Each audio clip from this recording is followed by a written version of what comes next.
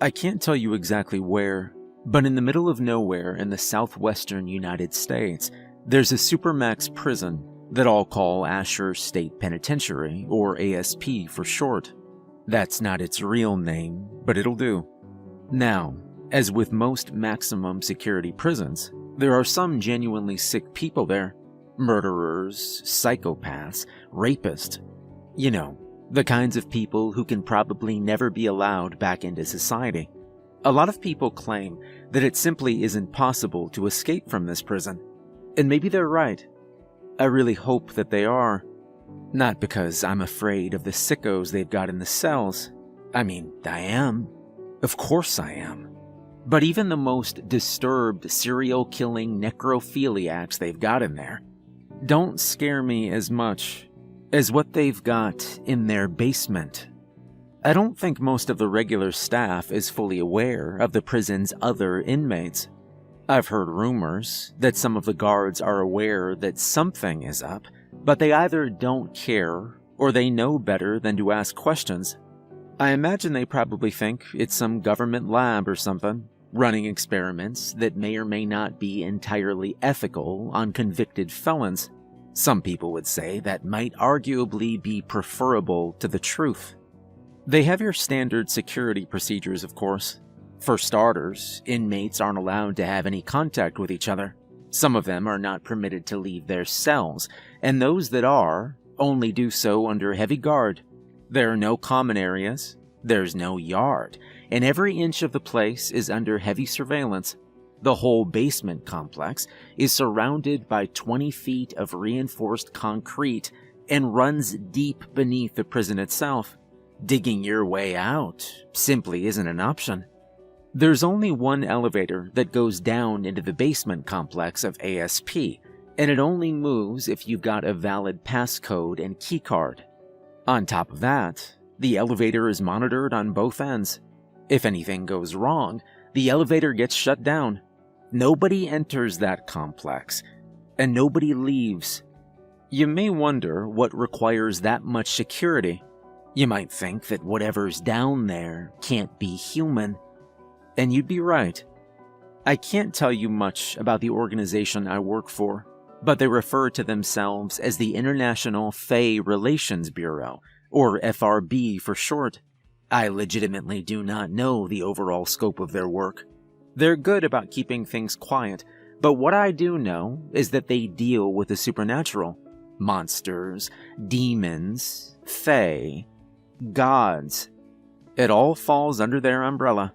And ASP is where they keep the ones who prove to be problematic. Most of the unusual things in this world are content to keep to themselves. My understanding is that there are far fewer of them than there are of us, and most of my colleagues and I agree that they're certainly on the decline. It's why the FRB is eager to study them, especially those they have in captivity, and that's where I come in. I'll admit it. I took the prison job to satisfy my own curiosities. Despite my position as a consultant with the FRB, I'd still had only fairly limited experience with the supernatural. Aside from a few strange people I'd sometimes run into at their southwestern branch, who most likely weren't entirely human, I'd never seen any of the things we'd researched firsthand. The closest I'd ever really come was when my dad passed away. And even then, I never got a good look at whatever it was that killed him. I only knew that it wasn't human, and that it wasn't an animal. That was what brought me to the FRB, and ultimately, what led me to ASP. I'd been reading about these things for years. I'd seen footage that most people would never get the chance to see, but I'd never actually laid eyes on anything truly supernatural. This job was my chance.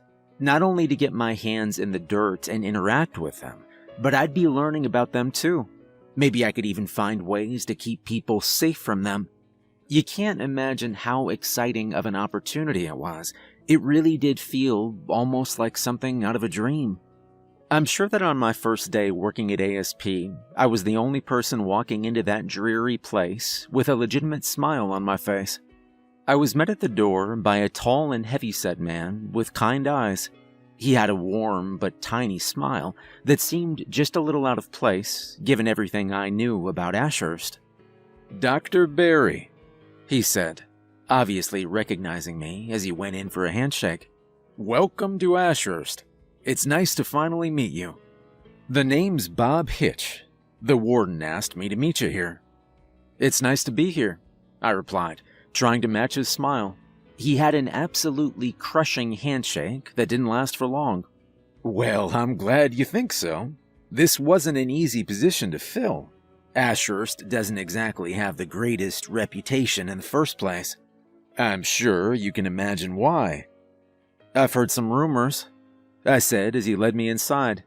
Bob flashed his keycard to one of the guards in the front entrance, who gave him a nod. He turned down a sterile hallway, lit with fluorescent lights, and I followed him closely. "A lot of them are true," he said. "We don't typically deal with gen pop, but you'll still see and hear things. Part of the job, I'm afraid."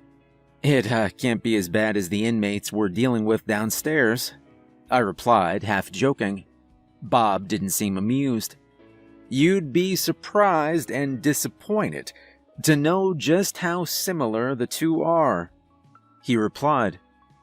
Up ahead was a barred metal door that we stopped in front of.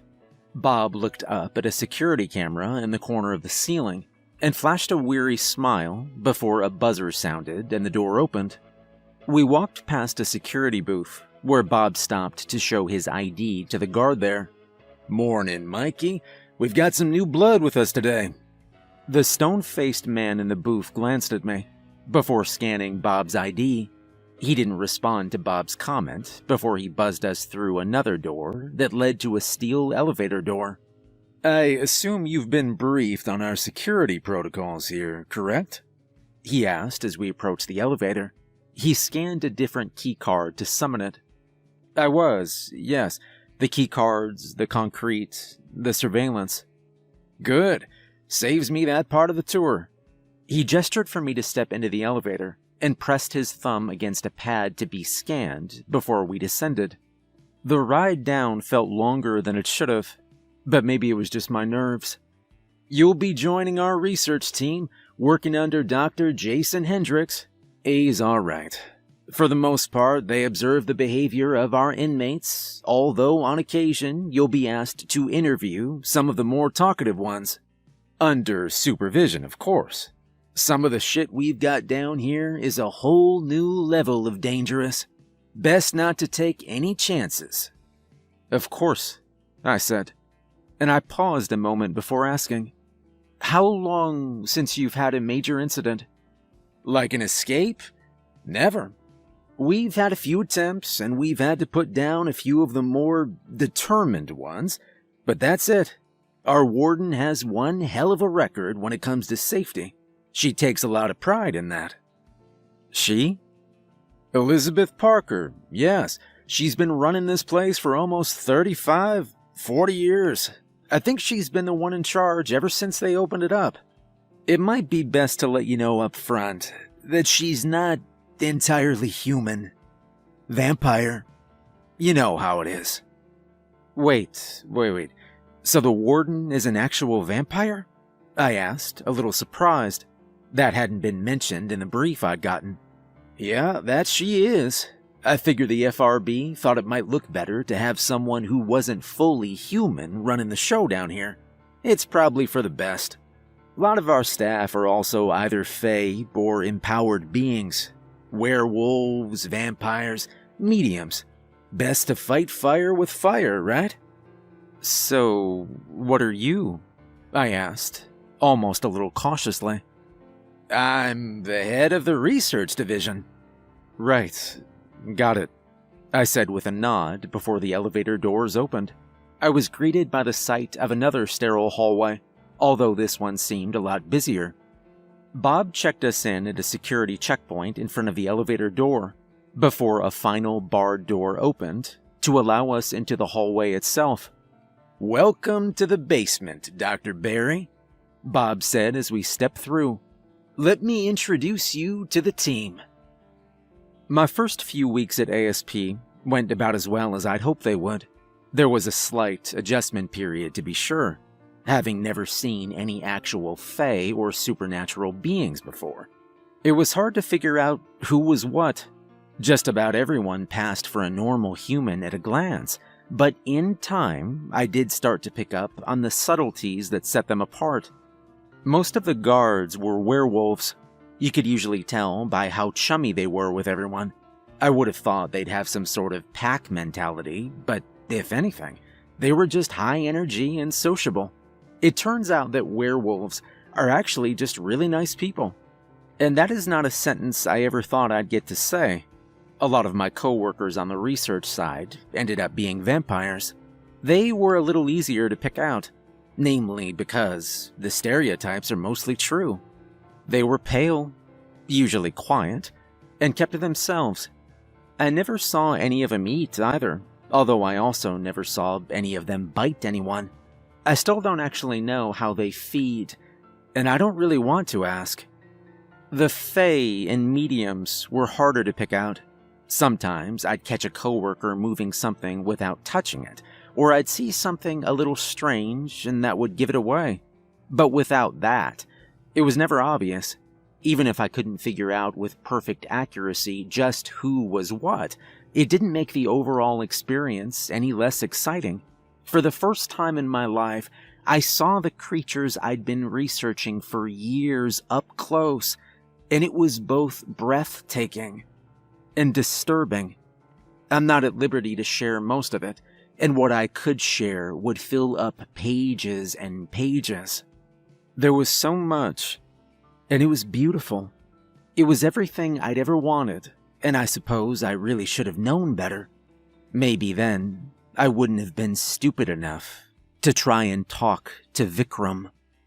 I suppose it's an inherent flaw of humans to want to categorize things into neat little boxes, isn't it?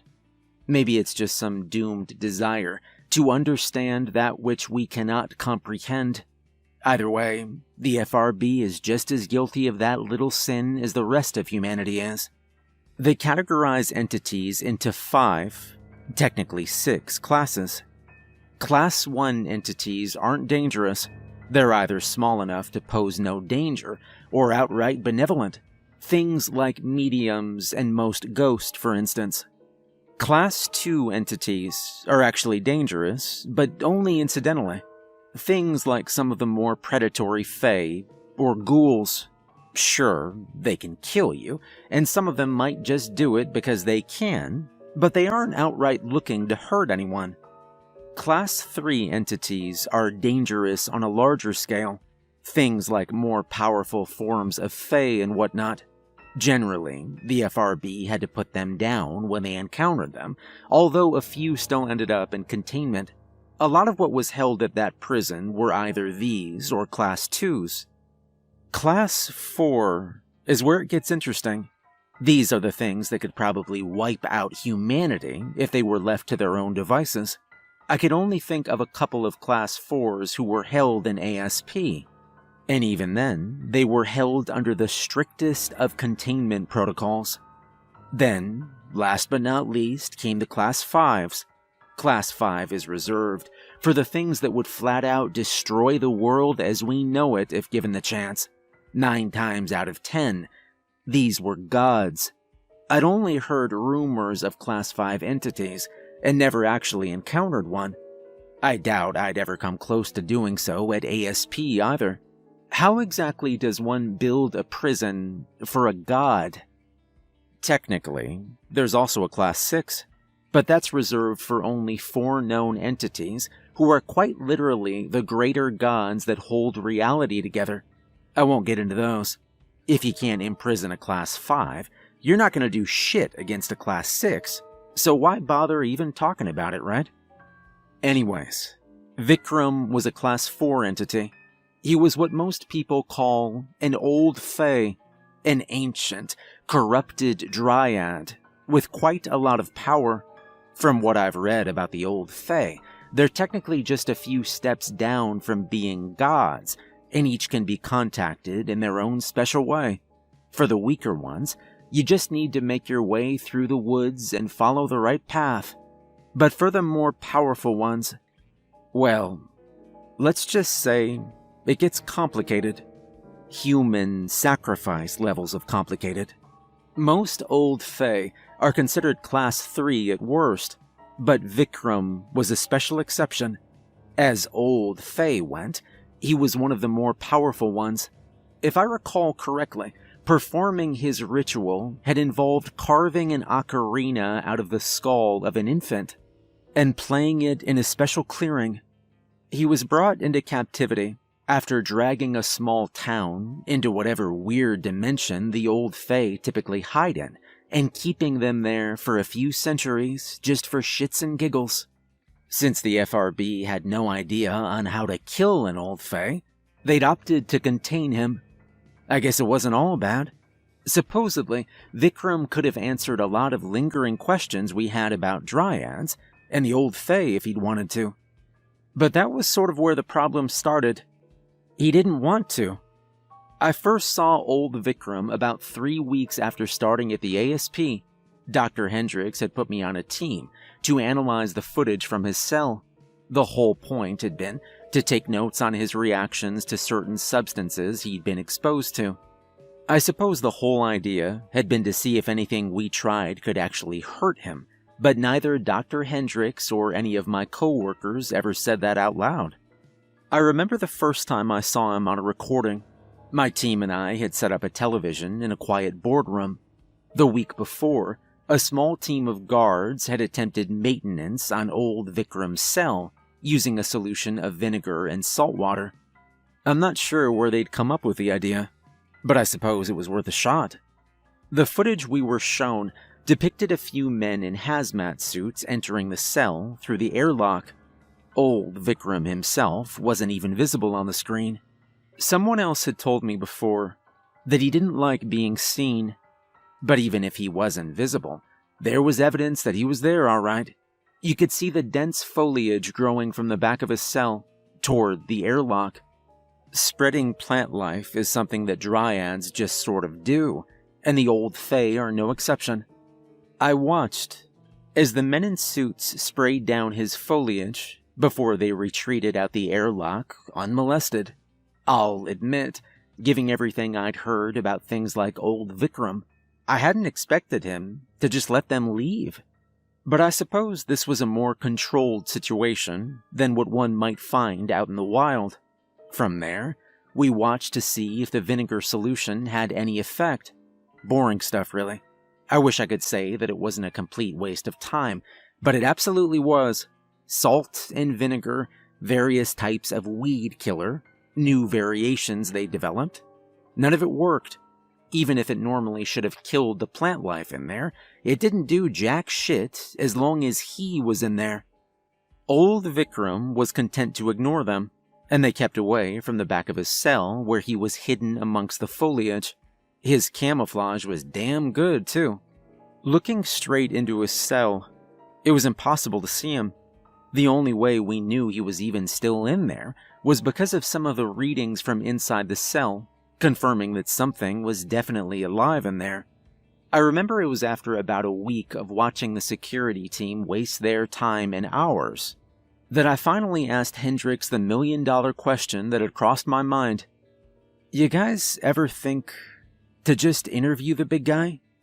We'd been receiving one of the last rounds of testing that had utilized a variant of Agent Orange that some idiot had modified to be even more dangerous, and I'll admit that my question mainly came from a place of frustration. "What? Old Vikram?" Hendricks asked, looking over at me. He scoffed. "Old Fae like him aren't known to be all that talkative, unless you've got something to offer 'em." "So, what have we got to offer him, then?" "It's not a question of we. It would probably depend on who's doing the interviewing. Old Fae always want something personal, something of value, and not always something tangible. They might take years off your lifespan, or memories of the people you love most. Dealing with them is risky. Interviewing him could end very badly. I take it that nobody's volunteered then? I asked. Nobody's that stupid, Barry. Maybe I shouldn't have taken that as a challenge. Not to speak out of turn, but we're not exactly getting very far by watching the guards spray him with chemicals. I don't know. Maybe it's time to try a different approach. I mean, if at first you don't succeed, sometimes you just redefine success. Hendricks raised an eyebrow. And you think trying to talk to him is going to yield results? Well, it can't hurt to try. I'll do it myself if I have to. Consider me your first volunteer. I knew that Hendricks wasn't taking me completely seriously, but I was about as serious as a heart attack. All right, then, he finally said. Tell you what, I'll have a word with Warden Parker, see if I can't get her to sign off on this, and then we'll talk about getting you in there. That was the best possible news I could have heard. Thank you. I'll do what I can to get something out of him, I promise. Hendricks still didn't look sold, but I couldn't have cared less. I'd already gotten everything I wanted out of him. It was a few days later that I got a visit from Warden Parker. It was fairly late in the evening. Most of the team had gone home. I'd stuck around to finish a report on an interview I'd had with another inmate when I heard the door to the lab close suddenly. The sound had made me jolt upright, and when I looked, I could see the figure of a woman standing by the doorway. She was tall and slender, with a pressed tan suit that fit her loosely. She wore a wicker cowboy hat on her head and aviator sunglasses, giving her a strange modern cowgirl look that seemed a little out of place at the ASP. That said, I knew who she was the moment I saw her. When she walked towards me, she moved with the smooth grace of a dancer. Dr. Stephen Barry, she said, her voice low and almost condescending. Yeah, that's me. Warden Parker, I presume. The very same. I hear you're the one looking to chat with old Vikram. I am, yes.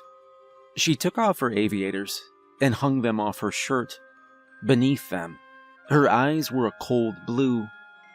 Well, son, you've either got massive balls or a death wish. I thought I'd stop by to find out which it was. She stopped a few feet away from me, studying me carefully and sizing me up. Dr. Hendricks said that you'd never tried getting someone in there to talk with him before. I thought a change in approach might be smart. Hendricks and his team have never tried. Bob and I, on the other hand, have. I'll admit, this was before Hendricks' time. He may look old, but I am much older, and Bob's been here with me since day one. Old Vikram was one of our original residents, and the FRB wasn't quite as smart back then, but I digress. Someone's already tried to talk to him. It didn't go well. If, you don't mind, may I ask what happened? The warden smiled, showing off gleaming white fangs. I was kinda hoping you would. Mind if I borrow your computer, Doc? She shooed me out of the way, and I gave up my chair for her. We were hoping to get some actual results, so we had everything recorded. I doubt you'd have the clearance to access those files, but I do. Just gimme a sec. She closed out of my report, and instead opened up a Dropbox folder. Within a few minutes, she'd found the video she was looking for. It looked old. The footage was grainy and colorless, but I could recognize the image on the screen as Vikram's cell. The warden tilted my screen so I could get a better look before she played the video. I could see a man on the screen moving up towards a desk that had been set a safe distance back from the old Fae, who wasn't visible on the screen itself. A team of 4 guards, complete with riot shields, flanked him and took up a defensive position in front of him as he sat down. Hey, good morning, Vikram, he said. How are you today? There was no reply. We got some questions we'd like to ask you, if that's acceptable. Still no answer. Could you tell us more about you? Still nothing. It was hard to make out the expression on the face of the man behind the desk, but I could see a quiet frustration on it. Well, Vikram, we've done our best to ensure your comfort. All we ask is that you cooperate with us. If you prefer we use more difficult means, we are happy to do so, but we would prefer a more respectful and dignified approach. Vikram didn't say a word, but this time, at least he replied in a sense. I could see the guards tensing up as something happened off camera. I could hear them yelling to each other before scrambling to retreat. The man behind the desk leapt up and stumbled backwards towards the door of the cell, but he wasn't fast enough. I could finally see what he and the guards saw as they shambled onto the camera. Long, grayish, humanoid figures. Their bodies were skinny, to the point where their ribs were visible against their skin. There were at least 6 of them, and they rushed forward, charging at the guards and quickly overwhelming them. The men didn't stand a chance as the creatures ripped into them with claw and tooth.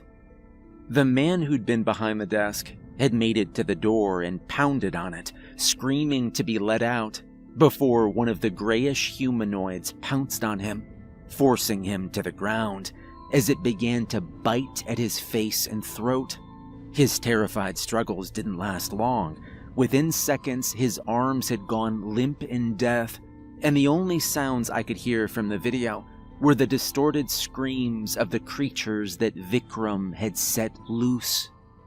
The warden stopped the video there.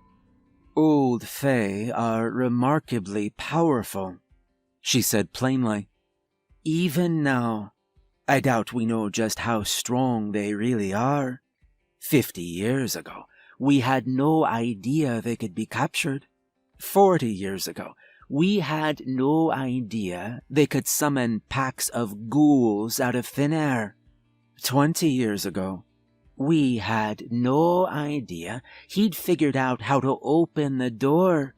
And 5 years ago, we had no idea how he'd survived after we modified his cell to deprive him of air. It's taken a lot to keep old Vikram captive, and my top priority is finding a way to kill him, not to get his autobiography." "Those people in the video," I asked, "are they dead?" "Yes. We couldn't even retrieve their bodies, and I'd rather not have another incident like that. If I let you poke him, he'll kill you, and he'll kill whoever we send in with you." I was silent for a moment, at a complete loss for words. I hadn't imagined that he was truly that dangerous.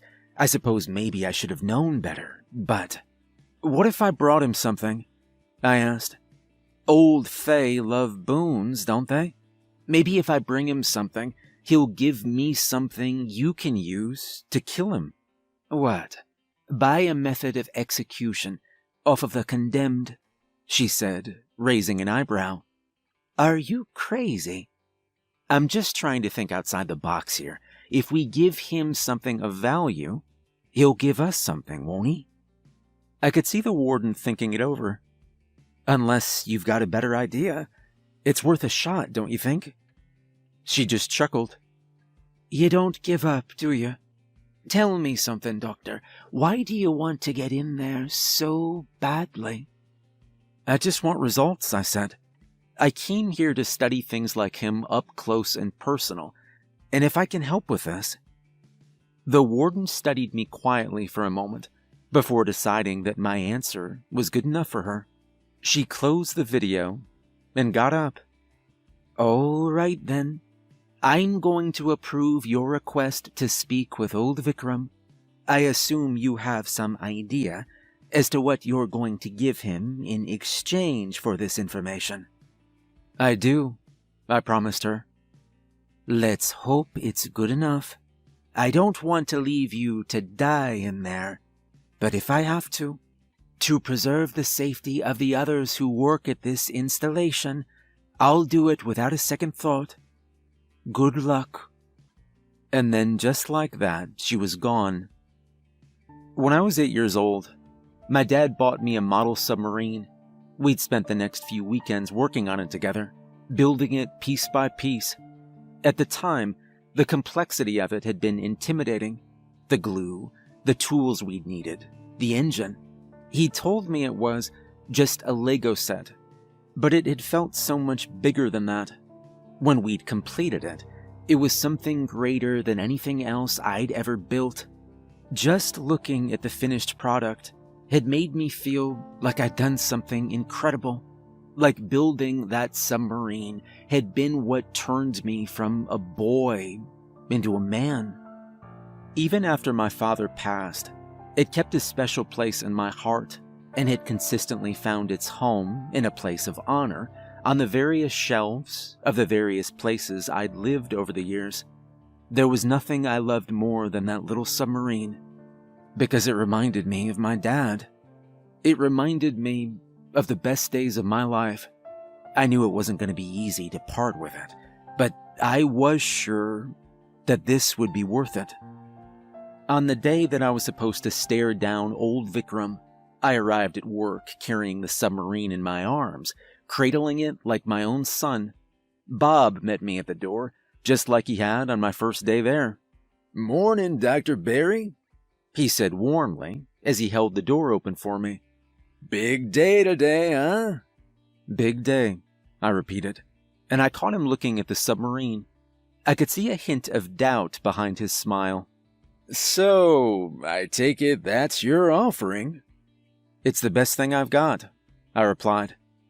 "God, I hope so. Never seen the warden so antsy before. I am amazed you talked her into this." "You and me both," I said, as we made our way down the hall. I'd be lying if I said I wasn't the least bit antsy myself, but I'd already made up my mind. Old Vikram's cell was one of the most high-security setups we had. It was away from the other cells and down a sealed-off hallway that could only be accessed from the outside. The door that separated it from the rest of the prison looked more like a massive vault door than anything else. It locked behind us as soon as we'd gone through. On the other side, I could see a control room that watched the inside of the cell through cameras and monitored both the vacuum-sealed state of the reinforced cell and several sensors to ensure that old Vikram was in there, even if they couldn't see him. I spotted Dr. Hendricks amongst the staff in the control room and traded a nod with him. "Well, well, it's the man of the hour himself," I heard a voice ahead of us say. The warden waited by the small airlock that granted access to old Vikram's cell. It had been designed to be too small for him to fit through. "There's still time to back out if you're having second thoughts. Nobody here would blame you in the slightest," she said. "And deny them a show?" I asked. "No, I'm as ready as I'm gonna get." I could see her studying me, looking for some trace of a lie. I'm not sure if she found one or not. "I'll take it from here, Bob," she said. Bob just gave her a respectful nod, then patted me on the shoulder. "Good luck, friend," he said, before heading off to the control room. The warden watched him go before her eyes returned to me. "We've sent some people in to set up a desk for you to sit at. I'd advise you stay at it. Whatever you do, don't cross the red line in the cell. If you sense anything out of place, leave immediately. If we can get you and your security detail out safely, we will. But in the very high possibility that we can't." "I understand," I said. "I really hope you do." She looked down at the submarine in my hands. I couldn't tell if it was a look of approval or not. Either way, she didn't comment on it. "I'll be out here We'll be sending you in momentarily. I'll have Bob seal the blast doors on the control center, and in front of the vault, then we'll send you in. If things go bad, we'll have to vacuum seal the cell again, and if necessary, freeze it. If it's any consolation, it'll kill you quickly, assuming you're not already dead. Hopefully, I'll see you on the other side. But if I don't, it was nice knowing you. Likewise, ma'am. She cracked a small smile before gesturing to a group of 8 guards who'd been lingering nearby to join me. Just like the ones in the video, most of them were equipped with riot shields, although I spotted 2 men with full-on flamethrowers. An alarm sounded as large metal doors closed over the entrance to the control room and the vault that led to the rest of the prison. My guards took their places by the airlock and entered first. The warden watched quietly before nodding at me to go inside after them. The door of the airlock closed and sealed behind me with a hiss, and I could feel the air around me change to become colder and more humid. The first thing I noticed when the airlock opened was the smell. It was moist, earthy, and a little sour. My security team fanned out around the desk that had been set up for me and took up their positions. Once they were there, one of the men with a flamethrower gestured for me to join them.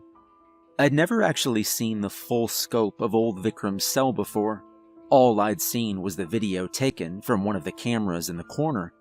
It seemed so much bigger in person, like a school gymnasium.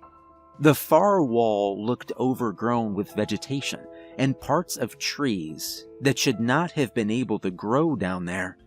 It was impossible to see anything clearly amongst it, but I knew that old Vikram was there, even without seeing him. I could feel him watching me. Slowly, I approached the desk and set my submarine down onto it before taking a seat. I cleared my throat, struggling for a moment to find my voice, before at last I was able to speak. "Good morning, Vikram," I said softly. "I've come to you with an offering, something that means everything to me. I'd like the opportunity to speak with you, if you'll permit me that." My voice echoed off the walls, and at first there was no response. I only stared ahead at the dimly lit wall of vegetation, looking for some sign of life or movement. For a moment, I began to wonder if I'd wasted my time. What if he didn't accept my offering? What if he didn't even want to speak with me? And then I saw it. The leaves on the far end of the room shifted. What I thought was just the bark of some impossible tree twitched and creaked as it moved.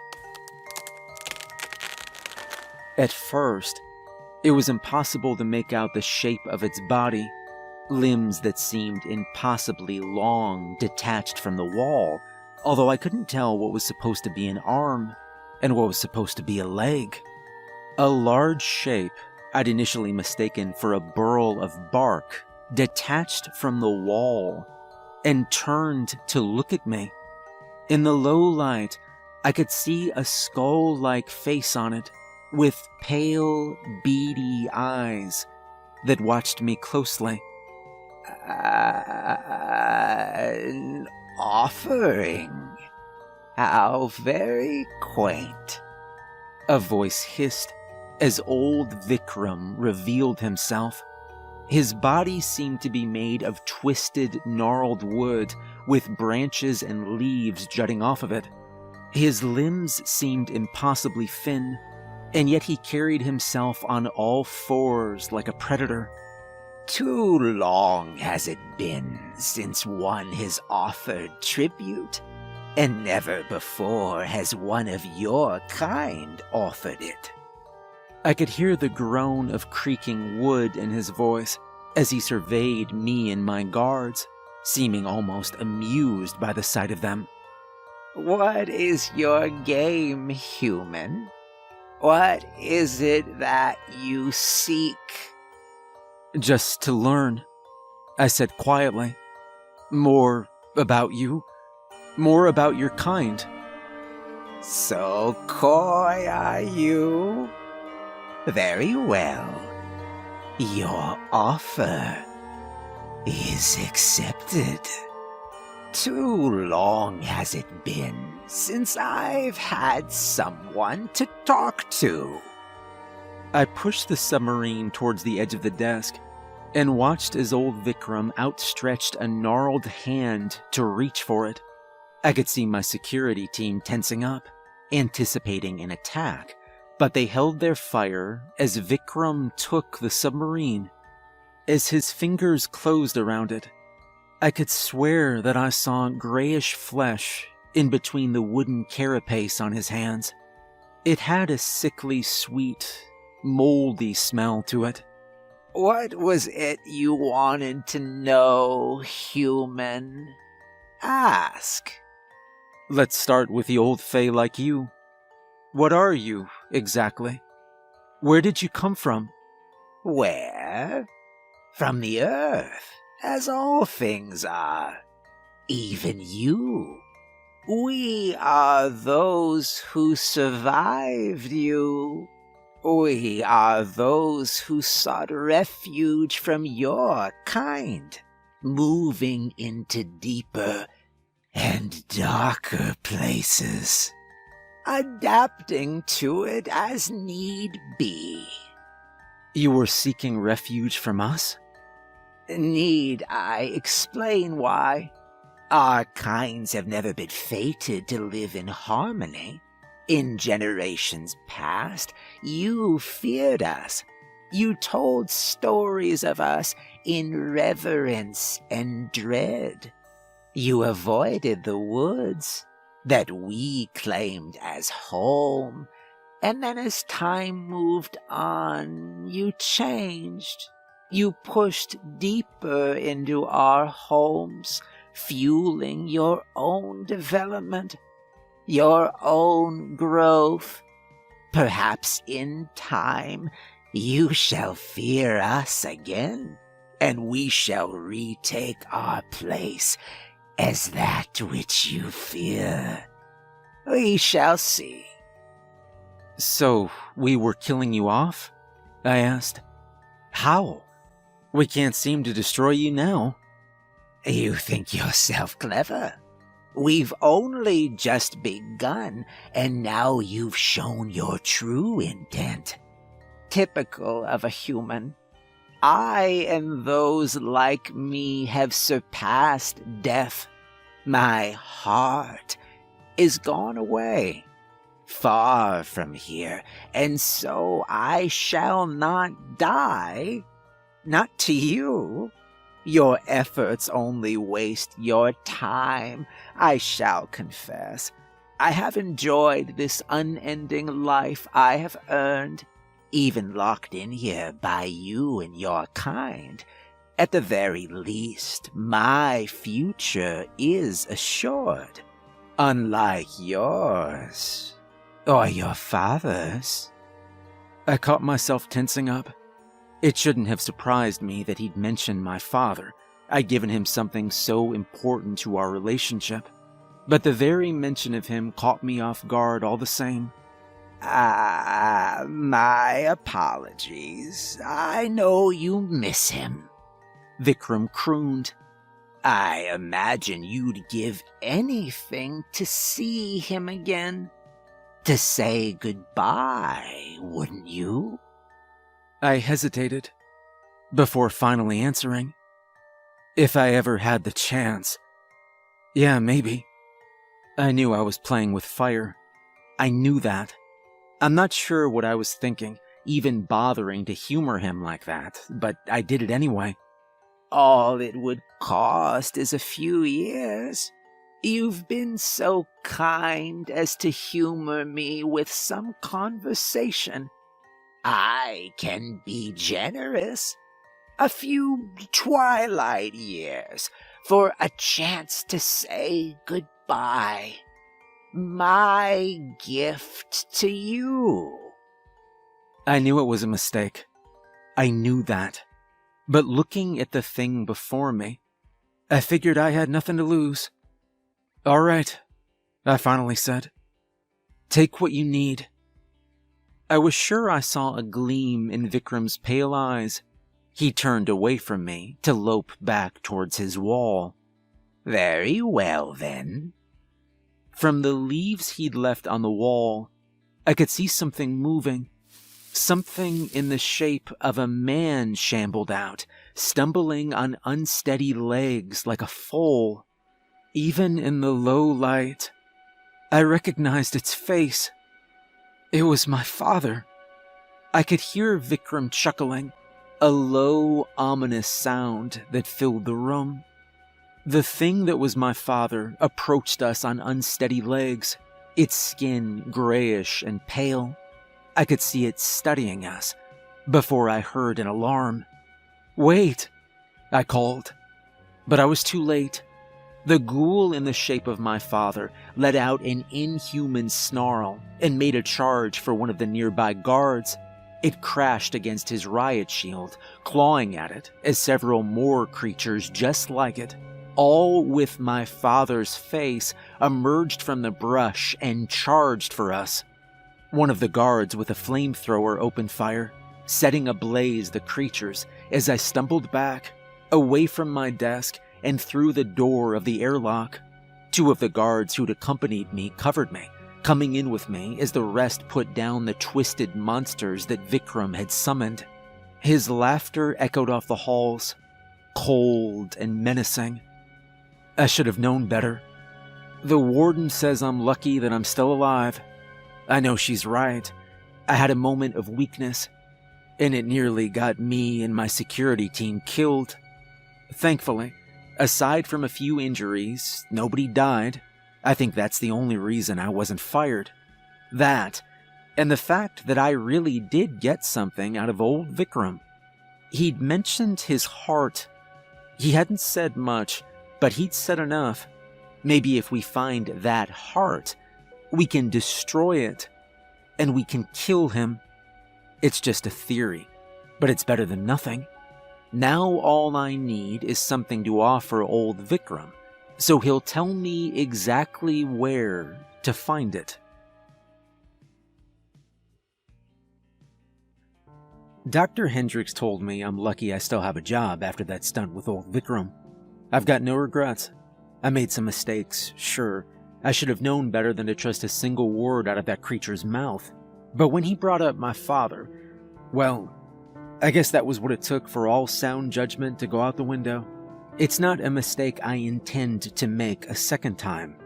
My name is Dr. Stephen Barry, and I've got a very unique job. I work at a prison in the southwestern United States that we'll call Asher State Penitentiary, since I legally can't disclose its actual name. Like any supermax, it's got its fair share of psychos, but I don't deal with them. No, I work in the basement where we keep the real monsters. Literally. Fae, sirens, werewolves, mimics, vampires. We've got them all, and we've got the worst of the worst. There's a certain measure of danger inherent to any of these creatures, but the ones at Ashurst are the ones that we can't allow to exist out in the world.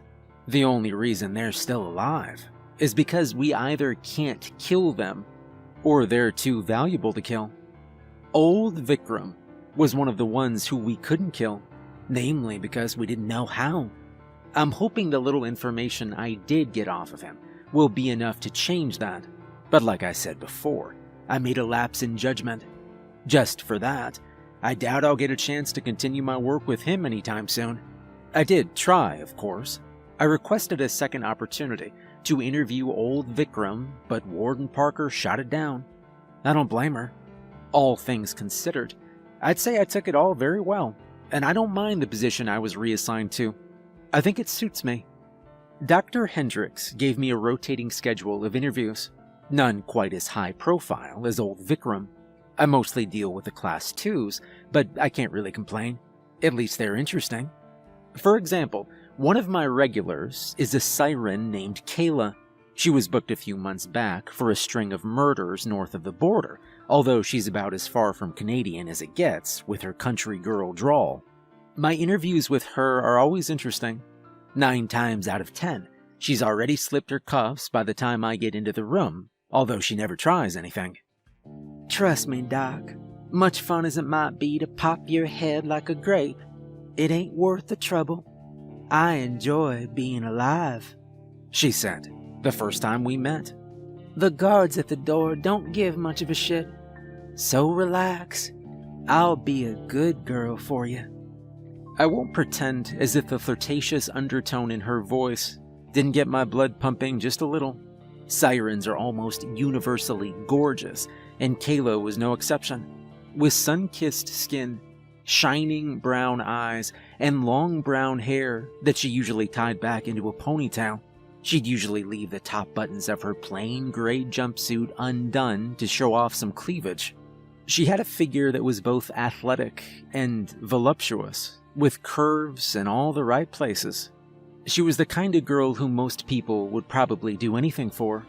And knowing what she was, if you looked her dead in the eye without protection, you would do anything. You see, sirens have a few very unique traits. First and foremost, they're amphibious. They can manage on land just fine, but they need clean water to soak in, or else they'll dry out and die. Their second unique trait is just how adept they are at hunting. They're generally much stronger than your average person, and can overpower them fairly easily, although that's not how they usually hunt. Oh no, I'm not entirely sure how it works, but making direct eye contact with a siren can have a certain effect on a person. Just a passing glance, and you'll literally do almost whatever they say. It's not exactly foolproof. Some people can resist it, others crumple like paper, and there's always a limit to just how far they can push someone. It always varies depending on how strong that person is, versus just how strong the siren is, and to my knowledge, their little ability doesn't work on everyone. For example, vampires, mediums, and most fae are immune to it. As a rule, whenever any one of our staff interacted with a siren, there was a particular visor we needed to wear. I can't tell you what exactly they treated it with, but the whole point was to negate the hypnosis effect of looking them in the eye. Everyone had to wear them, regardless if they were susceptible or not, just as a safety precaution. As for the third unique thing about sirens, they're hemivores, which means they need fresh blood in their diet to survive. 9 times out of 10, it ends up being human blood. I heard a theory once, Kayla had said to me once. It was during one of our routine interviews, and she was avoiding my questions as per usual. You know about the uncanny valley, right, Doc? I'm aware of it, I'd said. Why? Somebody once told me that humans are the only ones who experience it. You know how some animals will try to screw things that look like animals, but aren't? Like decoy models or something. You don't usually get that with humans. Usually. And your point is? Well, according to the theory I heard, at some point humans learned to fear things that looked like them, but weren't them, and that was a valid enough fear that it was passed down through the generations. But of course that then raises a very important question, doesn't it? Just what was it that you people were so afraid of? Does your theory have any suggestions as to what this thing was? I asked. Nah, but I think I do. She leaned in towards me, grinning from ear to ear like the cat that ate the canary. I think it was us. Fae. Monsters. Whatever the hell terms you folks use, I mean, if the shoe fits, right? We're your only natural predator. Things like me. We're the only things out there that hunt you for food. My brow furrowed a little. I made a note of what she said, and she watched me. It's possible. The only problem I can see with your interpretation of that theory is that we're working closely with several of your kind, and there's no predator-prey relationship there. Oh my, Doctor. Are you talking all sciencey to me now? Well then here's my counter-hypothesis. They've all lost their way. But me? I'm one of the few who still remembers what I am. What I've always been. For the past 500 years. And look what that got you. I imagine that kind of attitude is what led to your excommunication from your former community and subsequent rampage across the province of Ontario, where you killed 30 people? Kayla just scoffed and leaned back in her chair. Oh, I told you I don't remember how many there were. As for where I put the bodies, well, that's my little secret. I never asked about the bodies. We've danced this dance before, Doc. You were about to slip it in somewhere. She absent-mindedly pushed her empty cuffs around the table. I only ask because we'd like to give the families of your victims closure. You can respect that, can't you? Honey, I don't do happy endings. Although for you, I might make an exception. She cracked a small grin, exposing a row of jagged animal fangs. How about you slip into my cell one night? I promise I won't tell the guards. That's a generous offer, but I'll pass. My watch beeped and I checked it. Our time was up. I collected my notes and Kayla sighed. Aww, is our 30 minutes up already? Same time next week, Doc. Have a nice evening, Kayla. She just chuckled in response. She winked at me before the guards entered the room from behind her. She put up no fight as they put a pair of fresh cuffs on her, and I left the interview room behind. After I was done with Kayla, I headed back to my cubicle and logged my results from her interview, although I can't say she'd given me much, as per usual.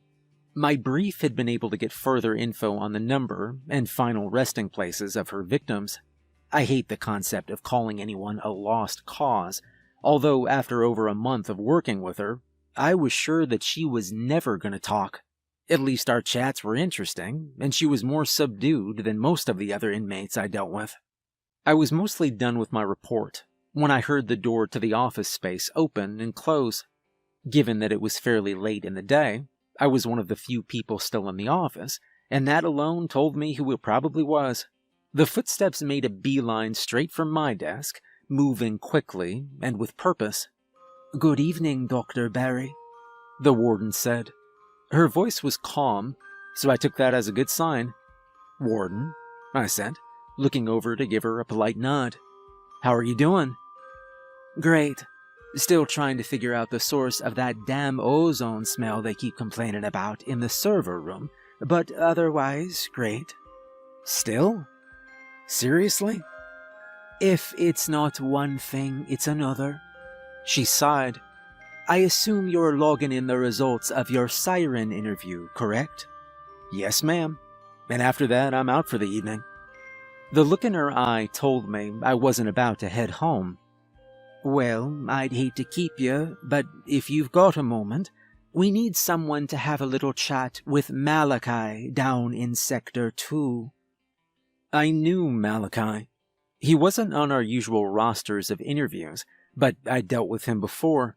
He was a vampire, a very old and ornery one, too. As far as we knew, he'd been kicking around since at least the time of Emperor Nero, and he could have been much older. He wasn't usually one for conversation, so there was really no way to tell for sure. What kind of chat? One of the guards caught him reading something in his cell yesterday. This, she said. She slipped something out of her pocket and placed it on my desk. Looking at it, it looked like a crumpled up piece of toilet paper. Something had been gently scrawled on it in pen, but I couldn't make heads or tails of it. The language wasn't one that I recognized.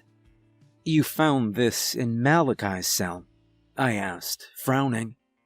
This and a few others, Looks to me like he's made a friend. We've been running checks on various cells while the occupants were otherwise either subdued or out. Balkan, Kayla, Lay, Darren. The list goes on. If it was any one of them, they weren't dumb enough to keep the evidence. Although I can't imagine any of them would be smart enough to pull this off either.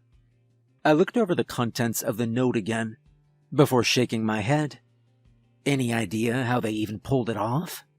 If I knew that, you'd be on your way home by now, the warden said. I've had Malachi sent to room 205. I'm hoping you can get something out of him. Well, I'm honored to have your trust, I replied, before I glanced back at my computer and closed out my report.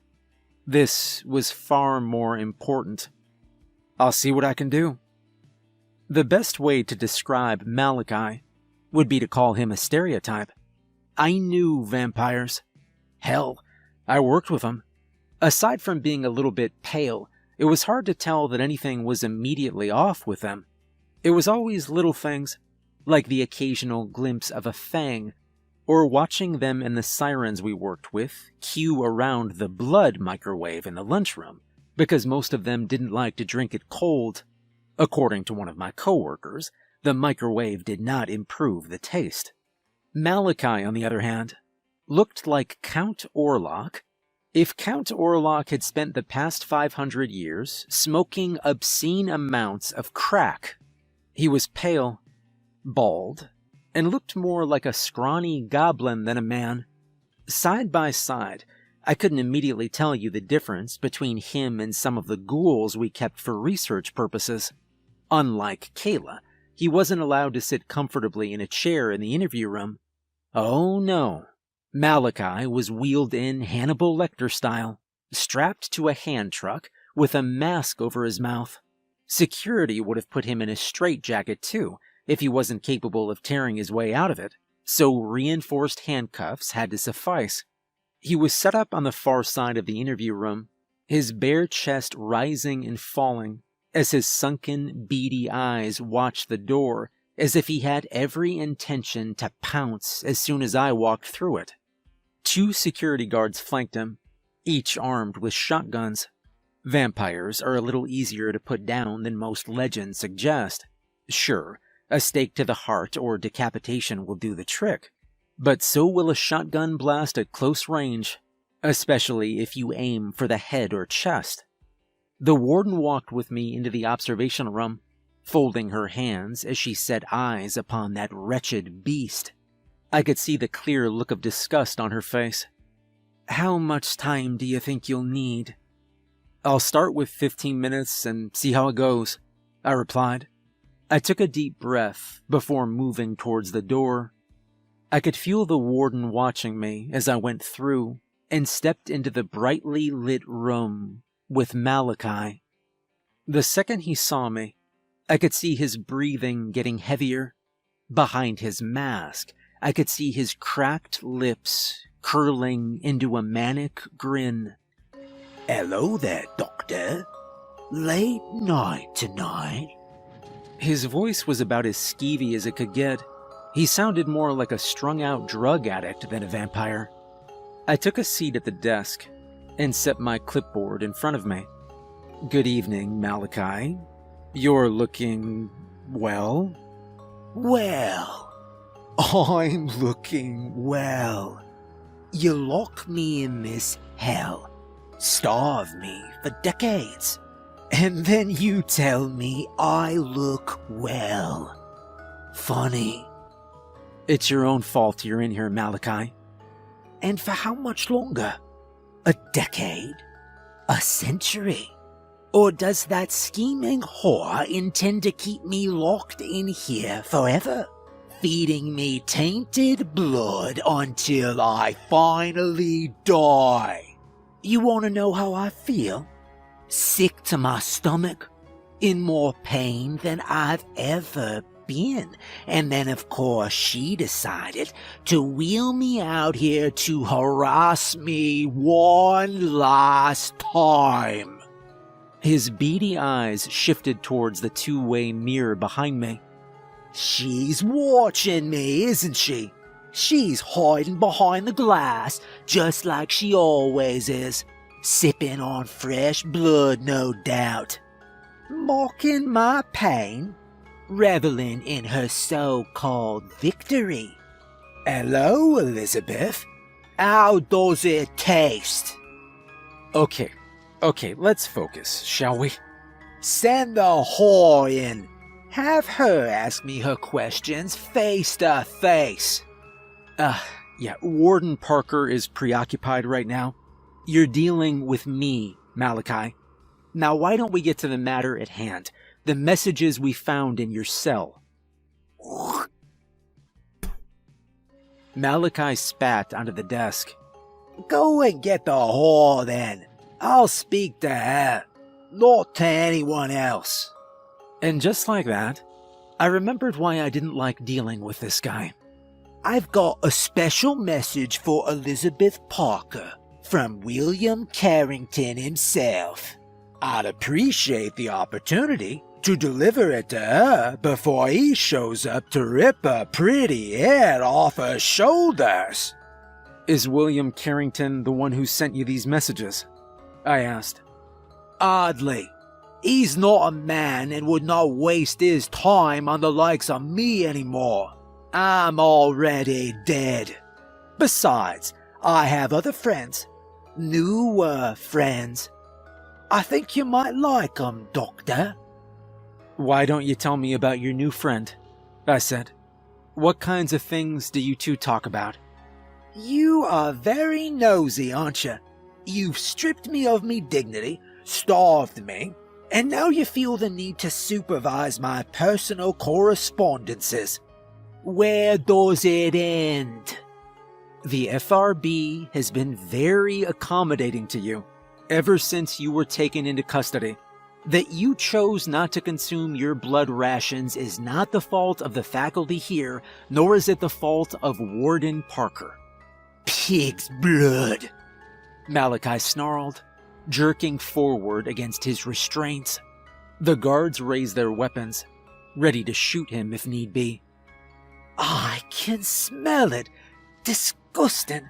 Rotten swine blood. You can't even be bothered to let me drink from the source where it's warm and alive. What does Elizabeth drink, I wonder? That same swill, or does she trounce about outside, taking home prey to feed on in private? The dining habits of Warden Parker aren't what we're discussing here. Aren't they? Have you ever asked her if she'd like to sink her teeth into you?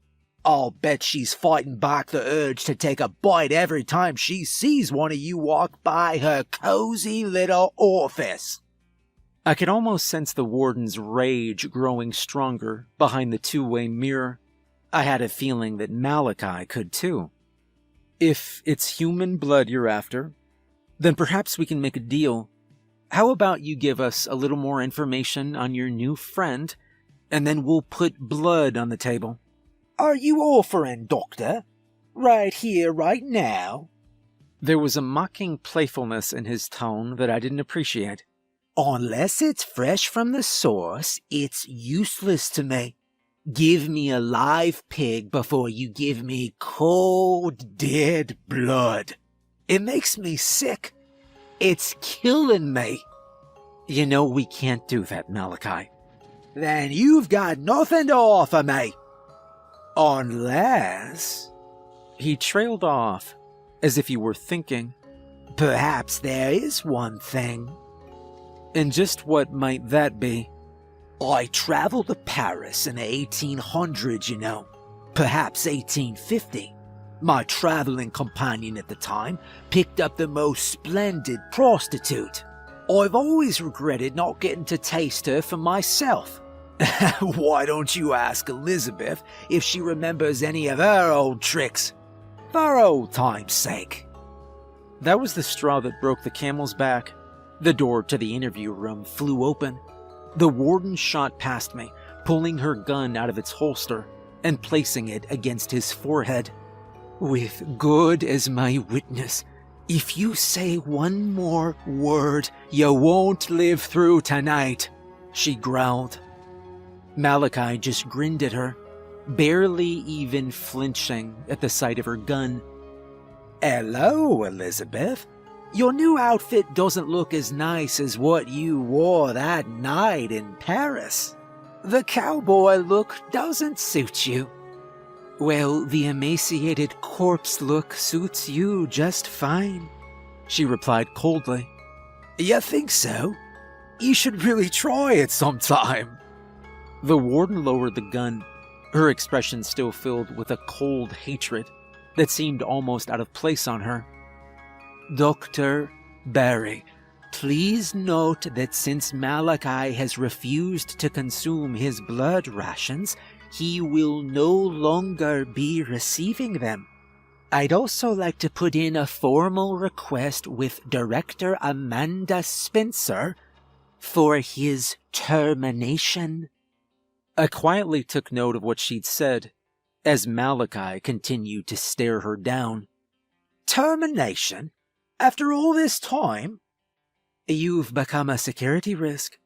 You can either cooperate, or I'll personally have you executed. Final offer. He chuckled before shaking his head. Well, at least it's a way out. A bullet to the head might be far more merciful than the sickness you've given to me. So for that, I'll have to thank you. Farewell, Elizabeth. It was nice seeing you again. The warden just shook her head before turning away from him and heading back for the door. I got up and followed her as the guards prepared to wheel Malachi out again. That could have gone a lot better, I said, once we were back in the observation room. Perhaps. At the very least, we'll soon have a cell free, she replied plainly. You're seriously just gonna execute him? As a matter of fact, I am. As I said, he's a security risk. If he won't disclose the name of his associate, we'll just send his letters off for analysis and see what that gets us. He's of no further use to us. It wasn't normal to hear the warden speak in such a cold tone of voice. Something about it actually scared me a little. What about William Carrington? That has to mean something, right? It's a tunt. Nothing more. Carrington's no longer a factor. He died back in 1946. I saw to that myself. My brow furrowed. Why would Malachi mention him then? The warden fell silent. I could see her debating whether or not to fill me in on the details. Carrington was an influential vampire. He was powerful, ambitious, and very, very old. I imagine he was the one who sired Malachi, and he was eventually the one who sired me as well. So he's the one who made you. Exactly. Like I said, he's long dead. I was there. I watched him burn, and the other vampires who were with me that day are still alive and well. Carrington never survived. He never came back for revenge. No matter what Malachi says, he's nothing but a forgotten pile of ashes scattered in the wind. That's all you need to know.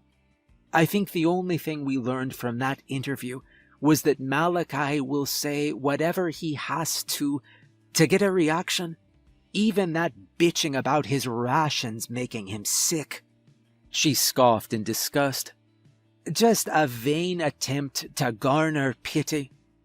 Killing him is for the best. I was silent for a moment, before finally nodding. Maybe she was right. I've never liked the idea of killing anything or anyone, but in Malachi's case, an exception probably needed to be made. And then the door to the observation room flew open, and one of the guards who'd been with Malachi burst in.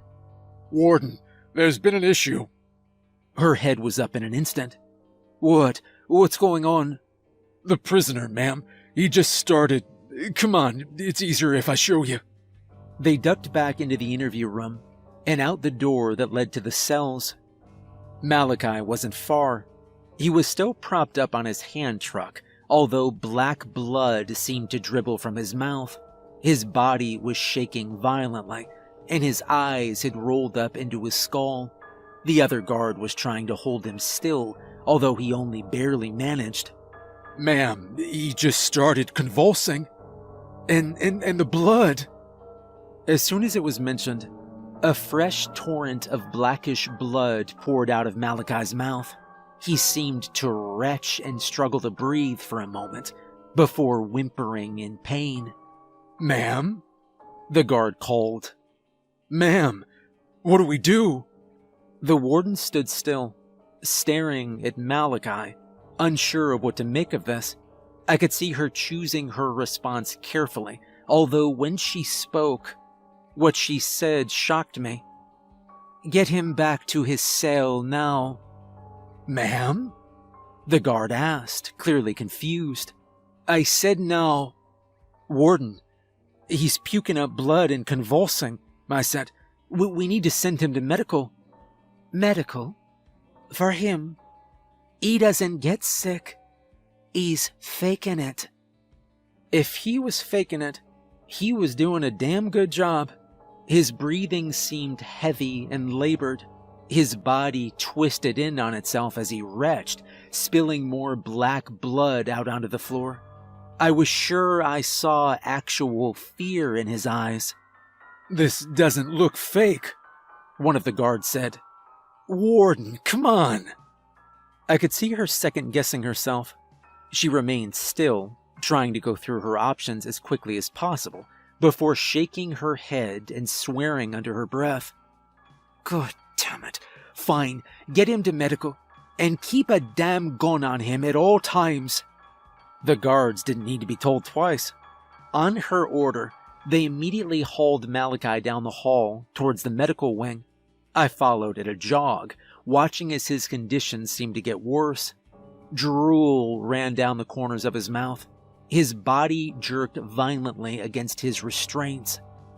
The medical wing beneath Ashurst is used for staff more often than prisoners, but it wasn't unheard of for some emergencies to be treated there.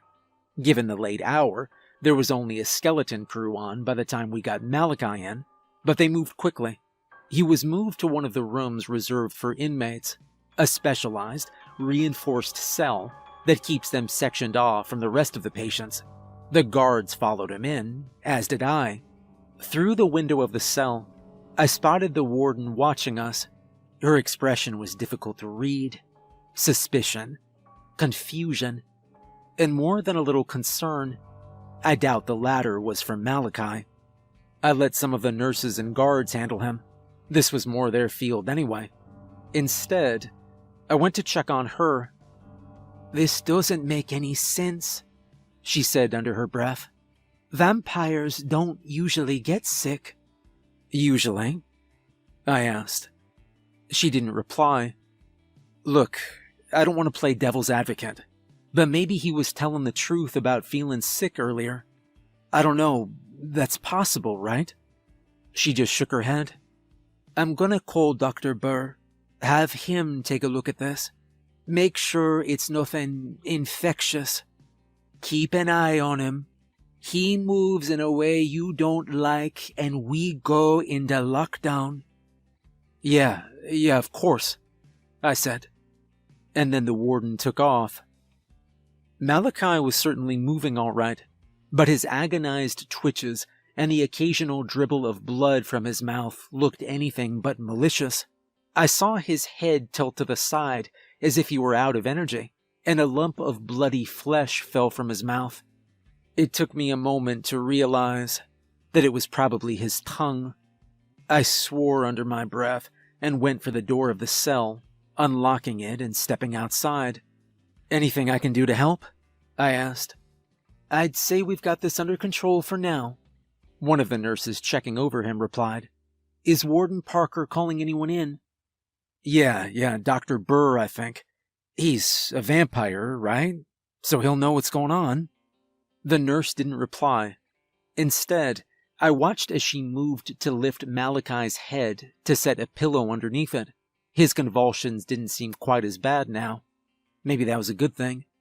Unlike the guards, nobody was trying to restrain him this time, and the two guards who'd kept an eye on him had retreated to the far wall just to watch him. "Have you ever seen this before?" "Not on a vampire, no," the nurse said. "We'll wait on Dr. Burr. We'll see what he says." She looked up to speak to the other nurse in the room, although whatever she was going to say, she never got the chance. Malachi's uncuffed hand shot up, seizing the other nurse by the throat. With one sudden, violent push, he hurled her towards the two guards who'd been escorting him, dashing them together and sending them all to the floor. I leapt back a step, watching as Malachi tore at the straps keeping him secured to the truck. They snapped as if they were made of licorice. His mouth was stained with blackish blood, but a manic grin had crossed his lips as he sat up. The nurse shrank back, but with lightning speed, he seized her by the shirt and pulled her closer to him. With his other hand, he pulled the mask off his face and opened his mouth. I could see sharp fangs awaiting the poor girl, and she could do nothing but scream as he tore into her throat, letting out a moan of satisfaction as her blood filled his mouth. I stumbled backwards, crashing against the door of the cell and blindly trying to open it. But in my panic, I couldn't find the button. My eyes remained trained on Malachi and his sudden, miraculous recovery. He sighed contently as he swallowed his first mouthful of the nurse's blood before carelessly tossing her to the ground. Her body was twitching, and she struggled to press a hand to her throat to try and stop the bleeding. Behind him, the guards struggled to get to their feet. One of them grabbed their shotgun and desperately tried to take aim, only for Malachi to rush them and rip it from their hand. He cast it aside like a child's toy before pressing one bare foot on the throat of the second guard. Still grinning his horrible blood-stained grin, Malachi seized the first guard by the head and forced them to their feet. His palms rested on either side of their skull before he began to apply pressure. And as he did, I could hear the guard begin to scream. I've never watched somebody die before, and I never once thought I'd ever see somebody die so horribly. I'll never forget the way their face contorted as he crushed their skull with his bare hands before tossing the corpse aside like it was nothing. The guard beneath his foot tried to escape. They clawed at his leg, digging their nails into his flesh as he crushed their throat. Malachi hardly even seemed to notice them, though. He just kept the pressure on until their neck finally snapped. Instead, his attention turned to the nurse he'd hurled at the guards. "Finally," I thought I heard him say, although without a tongue. His words sounded garbled and wet. "Flesh." With almost blinding speed, he seized the woman by her hair and forced her up to his level. And then he sank his teeth into her throat. And unlike the other nurse who was still fighting for her life, he wasn't just looking for a taste this time. He pinned the struggling woman up against the wall, greedily downing messy mouthfuls of her blood. She tried to push him off of her. She tried to struggle, but I could see her movements rapidly growing weaker, and in less than a minute or two, her body went limp. Malachi let the body drop and cracked his neck. He surveyed the 3 corpses he'd left in the room before glancing between me and the wounded nurse. I knew that it was an easy decision for him on who to attack next. I spotted a discarded shotgun on the floor nearby. I knew I didn't have a chance in hell of reaching it before he got me, but given the circumstances, I would have preferred to die fighting than die screaming. I moved. So did Malachi. He slammed into me before I even got close to the shotgun, displaying an incredible strength that didn't seem to fit his withered form. I could smell coppery blood on his breath as his skeletal face hovered just inches from mine. Fresh blood. One hand forced my head back as he went in for the kill, and honestly, I was certain that was going to be it. That was how I was going to die, ripped apart by some vampire who'd faked a seizure. Kind of a sorry way to go out. And then I heard the gunshots. Malachi jerked backward, dropping me. Looking up, I could see the warden standing in the doorway, her gun drawn and aimed right at him. She fired again, putting another bullet through his chest. I don't know what caliber she was using, but it put one hell of a hole in him. Immediately, I scrambled out of the way, rushing to the bleeding nurse and trying to help her keep pressure on the wound. It seemed like the only sensible thing to do at that moment. I could hear the warden's gun go off again and again. Looking back, I watched as Malachi slumped against the far wall of the cell, leaving a trail of dark blood smeared against it. His breathing had grown heavy again, but this time, there was no medical condition to fake. This time, I was sure I could hear him laughing. The warden glared down at him before firing her last 2 bullets into his skull. They tore through it, ripping it apart and leaving nothing but pieces where it had been. It wasn't a decapitation, but it might as well have been. My debriefing took most of the night. It was after midnight that I made it home. Needless to say, I got a day off work. I suppose I should know by now not to trust a single thing anything locked in the basement of Ashurst says to you, no matter how convincing it is. But I guess even the best of us have our slip-ups. At least only 3 people died, not 5. It's a small consolation, but I'll take it. Malachi's corpse was burned, as per protocol, and that was more or less the end of that. Well, almost the end of that. There's one thing that doesn't quite make sense to me. Malachi was handcuffed from the moment that he left his cell to the moment that he entered the cell in the medical wing. I don't think anybody knows how he got out. Well, nobody except for me. I've still got the message he received. I'm hardly a linguist, but I'd still say I did pretty good, all things considered. I don't know much about the Salonin language, other than that it's been considered dead since the 1950s.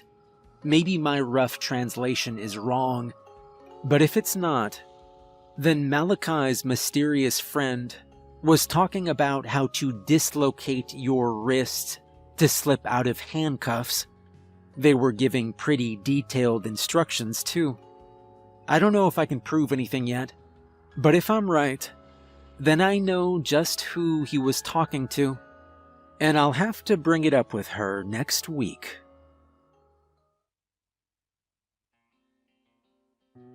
If you've been following me up to this point, you'll know that Ashurst is a little more than just your regular prison. Sure, up on the surface you'll find the sort of folk who belong in a maximum security prison, serial killers, drug lords, and whatnot. But down in the basement where I work, that's where you'll find a whole new breed of messed up. Monsters, demons, fae, sirens. They're all real, and the worst of the worst are kept beneath Ashurst. My job is to interview some of the more talkative ones. You'd think it would be easy, but trust me, I don't think there's a more dangerous job out there. After my late night run-in with our former in-night, Malachi the Vampire, I got a week off to relax after the whole ordeal. I just wish I could say I was actually able to relax. If you've never had a vampire fake a seizure just so they could create enough of a scene to slip out of their restraints and finally taste some fresh blood, it's not an experience I'd recommend. Malachi's little stunt had left 3 of our staff dead, 1 staring down a new life as a vampire, and me with some brand new nightmares. Considering how close Malachi had gotten to tearing out my throat, I consider myself lucky that the warden stepped in and killed him when she did. If she'd just been a few seconds later, I might not be typing this right now. I think it goes without saying that I'd been thinking about Malachi a lot during my time off, not just because he'd come very close to killing me, but I couldn't help but notice that there were a few things weird about how everything had gone down. I'd only been dealing with him that night because the warden had found evidence to suggest he'd been making friends with another inmate. Considering that for the safety of the staff, we don't let certain prisoners out of their cells, that was a little concerning.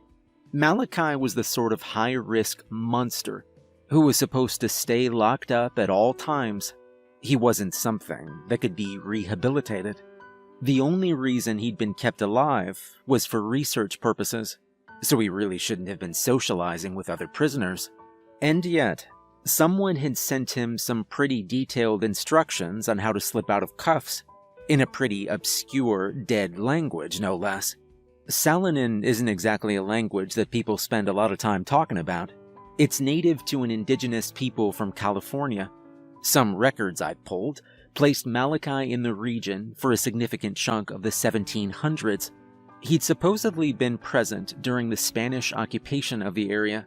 It probably wasn't a stretch to assume he'd picked up a few new languages while he was preying on the locals.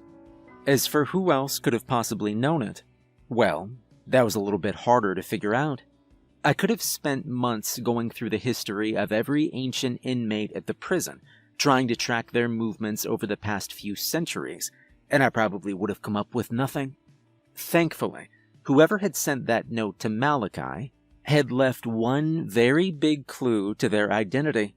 Out of the hundreds of creatures we kept locked down in Ashurst, I only knew one who had a reputation for slipping her cuffs. Kayla Del Rio. She's a Class 2 siren I've been dealing with for the past little while. I wouldn't outright call her a model prisoner, but we have much worse than her locked away in Ashurst. As monsters go, she's not that much of a pain in the ass. Although if she was the one who told Malachi how to get out of his cuffs, well, I've been wrong about inmates before. As soon as I got back from my leave, I was itching to have a little chat with Kayla about Malachi. I wasn't sure just how forthcoming she'd be with information. Everything I had to suggest she even knew Malachi existed was circumstantial at best. I could have just as easily gone and blamed any other inmate. But my gut told me that it was Kayla. I wasn't scheduled to speak with her until close to the end of the day, and I was busy enough that I didn't have time to bump her up on my list. My boss, Dr. Hendricks, was probably trying to go easy on me that day. When I got my schedule for the week, I couldn't help but notice I had all the more well-behaved inmates booked first, the ones who were least likely to try and murder me. I can't pretend I wasn't a little relieved. After watching an emaciated vampire slaughter 3 people, I was happy that my first interview of the day was with a werewolf who was up for release. We mostly just talked about the strides he'd made with his anger management therapy. Maybe I just believe in people too much, but I was good and convinced that he wouldn't turn into a giant wolf just to threaten his neighbor during an argument again. I consider that progress. Then I had another siren, who'd thankfully only been busted for reckless driving. She was only at Ashurst because it was the only prison that would take into her account her particular needs for survival in captivity. Hey, I didn't say that every inmate we had was the worst of the worst. Some are just idiots who can't be sent to a normal prison. Honestly, those are my favorites. It was during my lunch that my pager beeped with an urgent notification from Bob Hitch. Bob was the head of the research division, and any message from him was not something that could wait. New tenant to be processed. Sector 4. Lunch break had just been cut short. I just about had time to wolf down the leftover chicken I'd brought from last night before getting up. Maybe it was sloppy, but I didn't really have time to clean up. I closed the Tupperware I'd brought and stuffed it back into my bag, then wiped off my fork and knife with a napkin so they'd be moderately clean before hurriedly stuffing them into my pockets as I got up to meet Bob. Like I said, any message from him was something that couldn't wait. A new tenant meant that something new had just been brought in. I figured I was the only guy available at the moment to do an incoming interview while they got the cell ready. Bob was waiting for me outside the interview room when I got there. He had a bit of a sheepish smile on his face, and that alone told me that whatever was waiting for me in that room was going to be something bad. Good to see you back, Barry. How are you holding up? Shaken, but not stirred, I replied. What have you got for me? Well, we got a Class 3 demon. He goes by Ferris.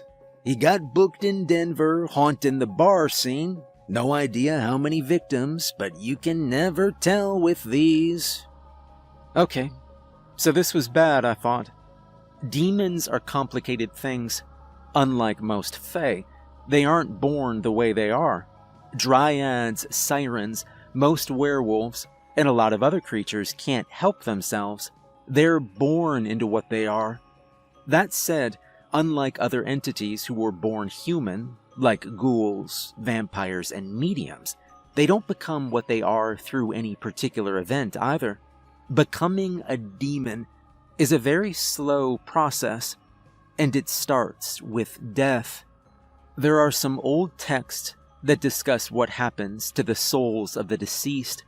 Considering that I've never died before, I don't know just how accurate they are, but supposedly when you die, you either go into a peaceful afterlife that's usually called the gloom, or you're discarded into a not-so-peaceful afterlife called the abyss.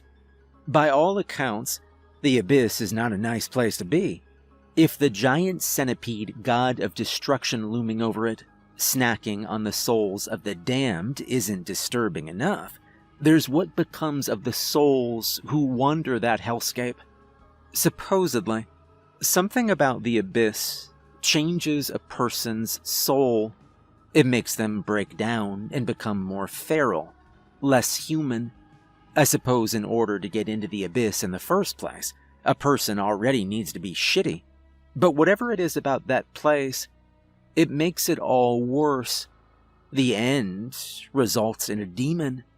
A hungry, cruel husk of what used to be a person who was already bad enough to end up in hell. And if one of them finds a way to slip out of the abyss, well, that can be a real problem. The weaker demons aren't that much different than a ghoul or some other shambling monster.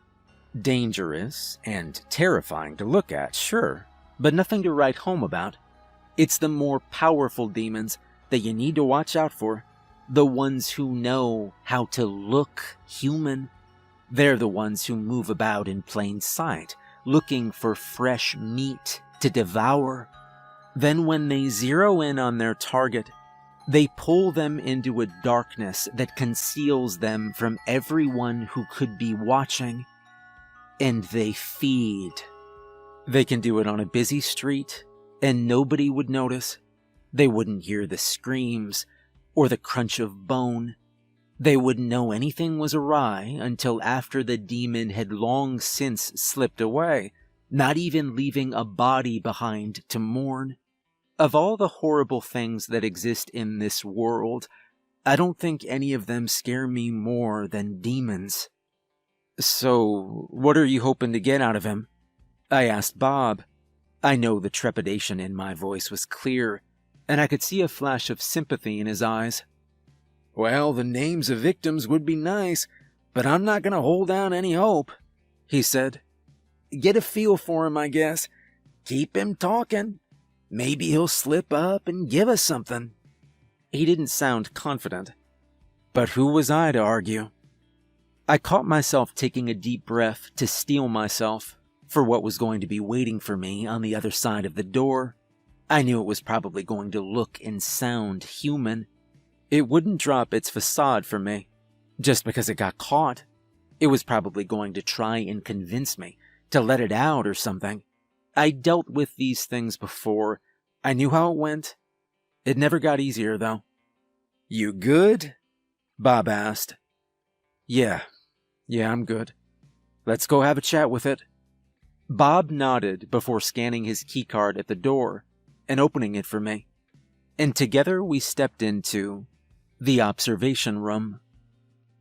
A two-way mirror looked out on an empty interview room lit by pale fluorescent lights. On one side of it was a bulletproof glass cell that took up the space where a chair for the entity I was interviewing would be. There was space on either side for an armed guard to be stationed. The setup was routine, save for one little detail. There was nobody in the cell, and no guards at their stations. I felt my heart skip a beat as I drew closer to the two-way mirror, looking out at the interview room with wide eyes. Where the hell is he? Oh no. Bob's voice was shaking. Looking back over at him, I saw that the color had almost drained from his face. I'd only been at Ashurst for a few months, but that was long enough to know that Bob is not a man who scares easily. You can't scare easily if you're working this job. No. He shook his head before running for a nearby wall where the security alarm was. Ashurst is littered with big red security buttons, just in case of any incidents. They were standard in every interview room, but I'd never seen what happened when one was pressed before. Bob pulled back the plastic casing that covered the alarm and pounded his fist down on it. A deafening alarm began to sound. Bob pulled the radio from his belt and ushered me out of the room, grabbing me by the hand as he pulled me down the hall back towards the lunchroom. Parker, this is Hitch. We've got a code red, inmate out of containment, a class 3 demon.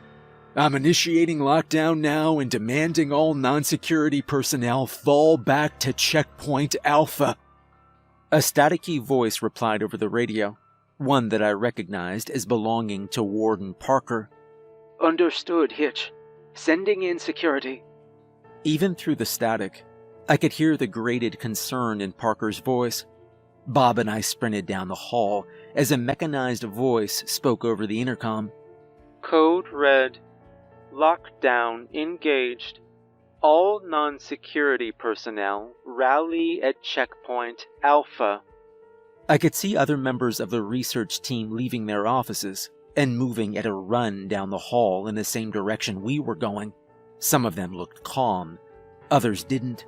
I suppose it was easy to tell who'd seen this before and who hadn't. Code red. Lockdown engaged. All non-security personnel rally at checkpoint Alpha. I'd been briefed on the security protocols in the event of a code red. Every member of the staff had. We needed to know them inside and out. In the event of an inmate getting out of containment, all non-security personnel were to regroup in a designated safe room. It was the only room in the Ashurst complex that could hold everyone inside. Security would split into several teams. One would accompany the staff, the rest would sweep the prison. I knew that power to the elevator had been shut down, and the elevator shaft itself had been sealed the moment that Bob had hit the security alarm. We'd all be stuck down here until security dealt with the threat. As we moved down the hall, I could have sworn I saw one woman moving against the crowd, some idiot who thought something they'd forgotten was more important than their safety. I paused for a moment to yell out to them, "Come on, we've got a security breach." The woman looked back at me, and as she did, I felt my blood run cold for a moment. I only got a quick look at her face, but I could have sworn I was looking at Kayla. Before I could say anything else, I felt Bob grabbing me by the shoulder. He yanked me away towards the safe room. The woman I'd seen turned and continued down the hall in the other direction, quickly disappearing amongst the others who were rushing for safety. I was ushered into the safe room along with the rest of the staff. I could see Dr. Hendricks there already with most of my coworkers. Warden Parker was speaking with a member of the security team, and Bob left me to run up and join her. I glanced over at the door as security glanced into the hall to confirm that everyone was safely inside before they sealed the door. "Do you have any idea how it got out?" I could hear the warden asking over the anxious whispers of the rest of the staff. "No, it was gone when Barry and I went inside," Bob said. "My guess is that it's somewhere around Sector 4, disguised as a member of security." "Then I need the names of the people who were on its security detail. We need this contained right now. Put me in touch with the outside security. I want to know what's happening out there, second by second." The warden ushered Bob into a small side room and left the door open. I pushed through the crowd to get closer to them. Maybe I was being presumptuous, but I wanted to know what was going on as badly as they did. "Go back with the rest of the staff, Barry," the warden said, without even looking up to acknowledge me. She was hunched over a small computer with a full map of the facility. I could see numerous dots spread out amongst the different sectors. Some were green and moving, others were purple and stationary. Considering that the purple dots seemed to be where the cells were, I figured they belonged to the prisoners. "With all due respect, ma'am, Bob involved me here. I want to know what's going on and if I can help." "That was an order, Barry." "Let him stay," Bob said. "God knows we could probably use a hand right now." The warden just huffed and smoothed down her fiery red hair. She didn't make another word of protest. I took that as acceptance of my presence. The blue dots moved through the corridors of the prison, and I heard static over the radio on the warden's belt. "This is Johnson, 2nd Squad. Sector 1 looks clear, ma'am." "Acknowledged, Johnson. Keep your eyes peeled. We're still on code red. You see anything you don't like, shoot to kill." Bob folded his arms, his expression remaining stern and stoic. The warden's radio crackled again. "Klein, 5th Squad. Sector 6 is clear." "Appleby, 3rd Squad. We're all good in Sector 2. "Ferris disappeared in Sector 4, Bob said. "Who's in there?" "Looks like it's 6th Squad," the warden replied. "Give them a minute. Let them check through." She trailed off, her brow furrowing as she stared at the screen. It took me a moment to figure out why.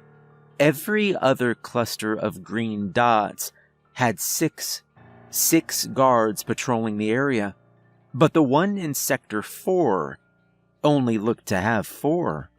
The warden picked up her radio again. 6th Squad, status report." There was a crackle of static over the radio, but nothing else. 6th Squad, come in." "This is Boy, 6th Squad." Came a voice over the radio. "Having technical issues. Sector seems clear, but we're continuing our sweep." The warden didn't seem convinced.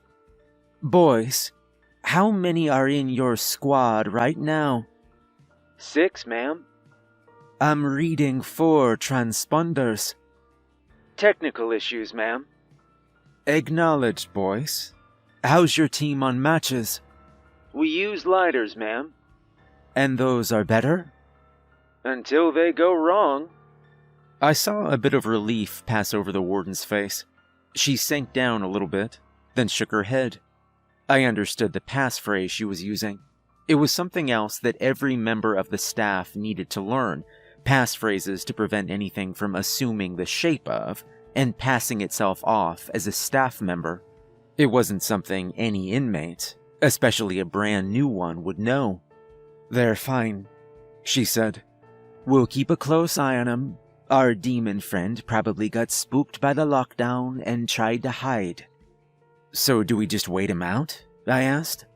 "We've got the supplies down here to last us 6 months if needed, and if necessary, we have an evac plan. We'll be fine," Bob assured me. "Just get comfortable, Barry. We're gonna be here for a while." He patted me on the shoulder, and I nodded before heading back to rejoin the rest of the staff. I could feel a sinking feeling in my stomach as I left the warden and Bob to their work. But that was more about the concept of potentially being stuck down there for a while, as opposed to anything else. Maybe it was childish, but the idea of just waiting out this bug hunt seemed more exhausting than anything else. I spotted Dr. Hendricks and one of our coworkers, Christina, sitting on a bend and talking quietly amongst each other, and I briefly considered joining them before deciding against it. Some other members of the staff had gotten into the food supply already and were passing out dried banana chips and bottled water. I figured that eating something couldn't possibly make me feel any worse, so I queued up in line to get some for myself. Most of the rest of the staff had splintered off into their own little groups and talked quietly amongst each other. A member of security was in a storeroom just beneath us, checking the inventory for bedrolls and water. In the distance, I could hear the faint alarm outside in the hallway, and the reality of the situation that we were in hit me hard. I'd never actually thought I'd see the day I'd end up in this situation. Sure, I'd been briefed on the possibility of it back when I'd started. Bob had shown me the procedures to follow and everything, but he'd also told me that he'd only needed to activate Code Red and move everyone into the safe room once before, during a drill. Maybe it was a little arrogant of me to think that nothing would ever happen, and it was juvenile to be upset now that it was happening. And I was facing the possibility of being stuck in a cell of my own for the foreseeable future. But I digress. Regardless of how the situation made me feel, this was the reality I currently had to face. Once I got my banana chips and water, I looked over towards Dr. Hendricks. Christina was gone. I didn't see her anywhere nearby, but I didn't dwell too much on it either. I moved to sit down beside Hendricks, sighing and rubbing my temples as I did. "What a day, huh?" He laughed humorously. "You're telling me," he replied. "Any word on when they're gonna find this thing?" "Nope. It's still probably in Sector 4, but who knows? Maybe it hauled ass straight for the elevator and is already topside." "That's what I'd do," Hendricks said. I offered him a banana chip. He hesitated for a moment before taking one. "Any idea what got out?" "A demon. A new inmate," I said. "I was going with Bob to process it when we found the cell empty. My guess is it figured out how to dupe the guards, ate them, and then disguised itself as one. It'll make it a hell of a lot harder to find if that's the case, that's for sure. Even harder if it's smart enough to hide." Hendricks nodded thoughtfully, before staring out at the rest of the staff. "Where would it hide, anyways? How many cameras are in here?" "It'd be hard to find a place that isn't on camera," I said. "Maybe the bathrooms. That's about it." Again he nodded, and I went quiet. Why was Hendricks of all people asking how many cameras were in here? The question seemed off. I surveyed the others in the safe room around us, subconsciously looking for Christina. "Did they say when they were going to get us out?" Hendricks asked. "It can't be long. A few days at most." "Well, we've got enough supplies to last us 6 months down here," I replied, looking back over at him. "Speaking of which, I could use a smoke. You got a match?" "Sorry, all out," Hendricks replied sheepishly. He smiled at me, but I couldn't help but think it looked just a little nervous. His eyes met mine, and as they did, I could see a quiet realization in them. With just one look, we both understood everything we needed to understand about each other. He knew that I wasn't really asking for a light. I knew that he wasn't really Dr. Jason Hendricks. Suddenly, the space around me seemed so much darker. I looked around again. The staff around us was still moving, but they seemed dimmer, almost far away, so far they wouldn't see what would happen to me. Hendricks' face began to change. His features seemed to fade away into something darker and less detailed. A blank black slate that looked charred and infected. With a panicked cry, I leapt away, falling off the bench and onto the floor as Hendrix slowly stood up. He didn't say a word to me. We were past the point of conversation. What he was doing was no doubt in self-defense. I knew what he was, and if he didn't kill me, I'd make sure that somebody killed him. The demon, Ferris, his body began to split open vertically from head to torso. I could see a reddish-pink maw opening up in him, like a horrific Venus flytrap of flesh. Rows upon rows of teeth awaited me in that gnashing mouth, and I knew he'd swallow me whole in an instant. No, was the only thing I could think to say. I tried to scramble back, but Ferris loomed over me, shambling closer and closer. His rancid breath exuded over me. The smell was that of death. Christine's death. Hendrix's death. My death. He overtook me, his arms seizing me by the shoulders as he forced my head towards his mouth. Desperate, I could feel the weight of my lunch utensils in my pocket. It wasn't much of a means of defense, but it was the only thing I had. I pulled the fork I'd carelessly jammed into my pocket earlier out. It wasn't much, just a simple stainless steel fork. But it would have to do. Without thinking, I thrust it into the pinkish flesh of Ferris's mouth.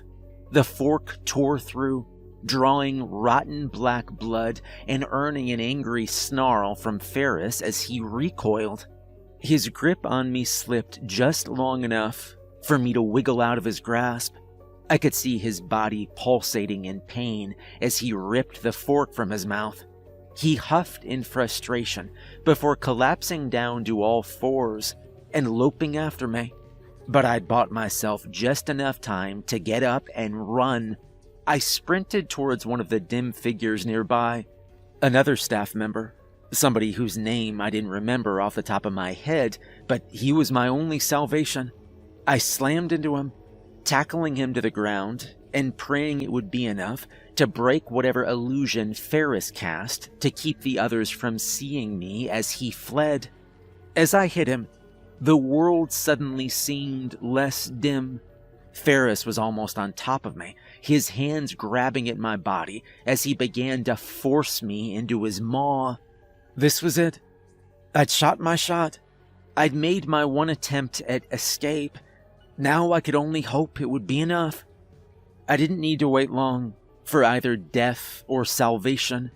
Before Ferris could sink his teeth into me, he was violently pulled back. I could see the white coats of other members of the research team grabbing at him, pulling him away from me. It took almost 8 people to hold him back, and his jaws gnashed violently all the while. But when they slammed shut, they didn't slam shut on me. Ferris snarled and struggled. He writhed violently, shaking his captors off of him, but he did so in plain sight, in full view of everyone. I watched as he threw some of the research team who was holding him back off of him and let out an enraged screech. Then came the gunshots. His body jerked as it was hit, but he didn't fall.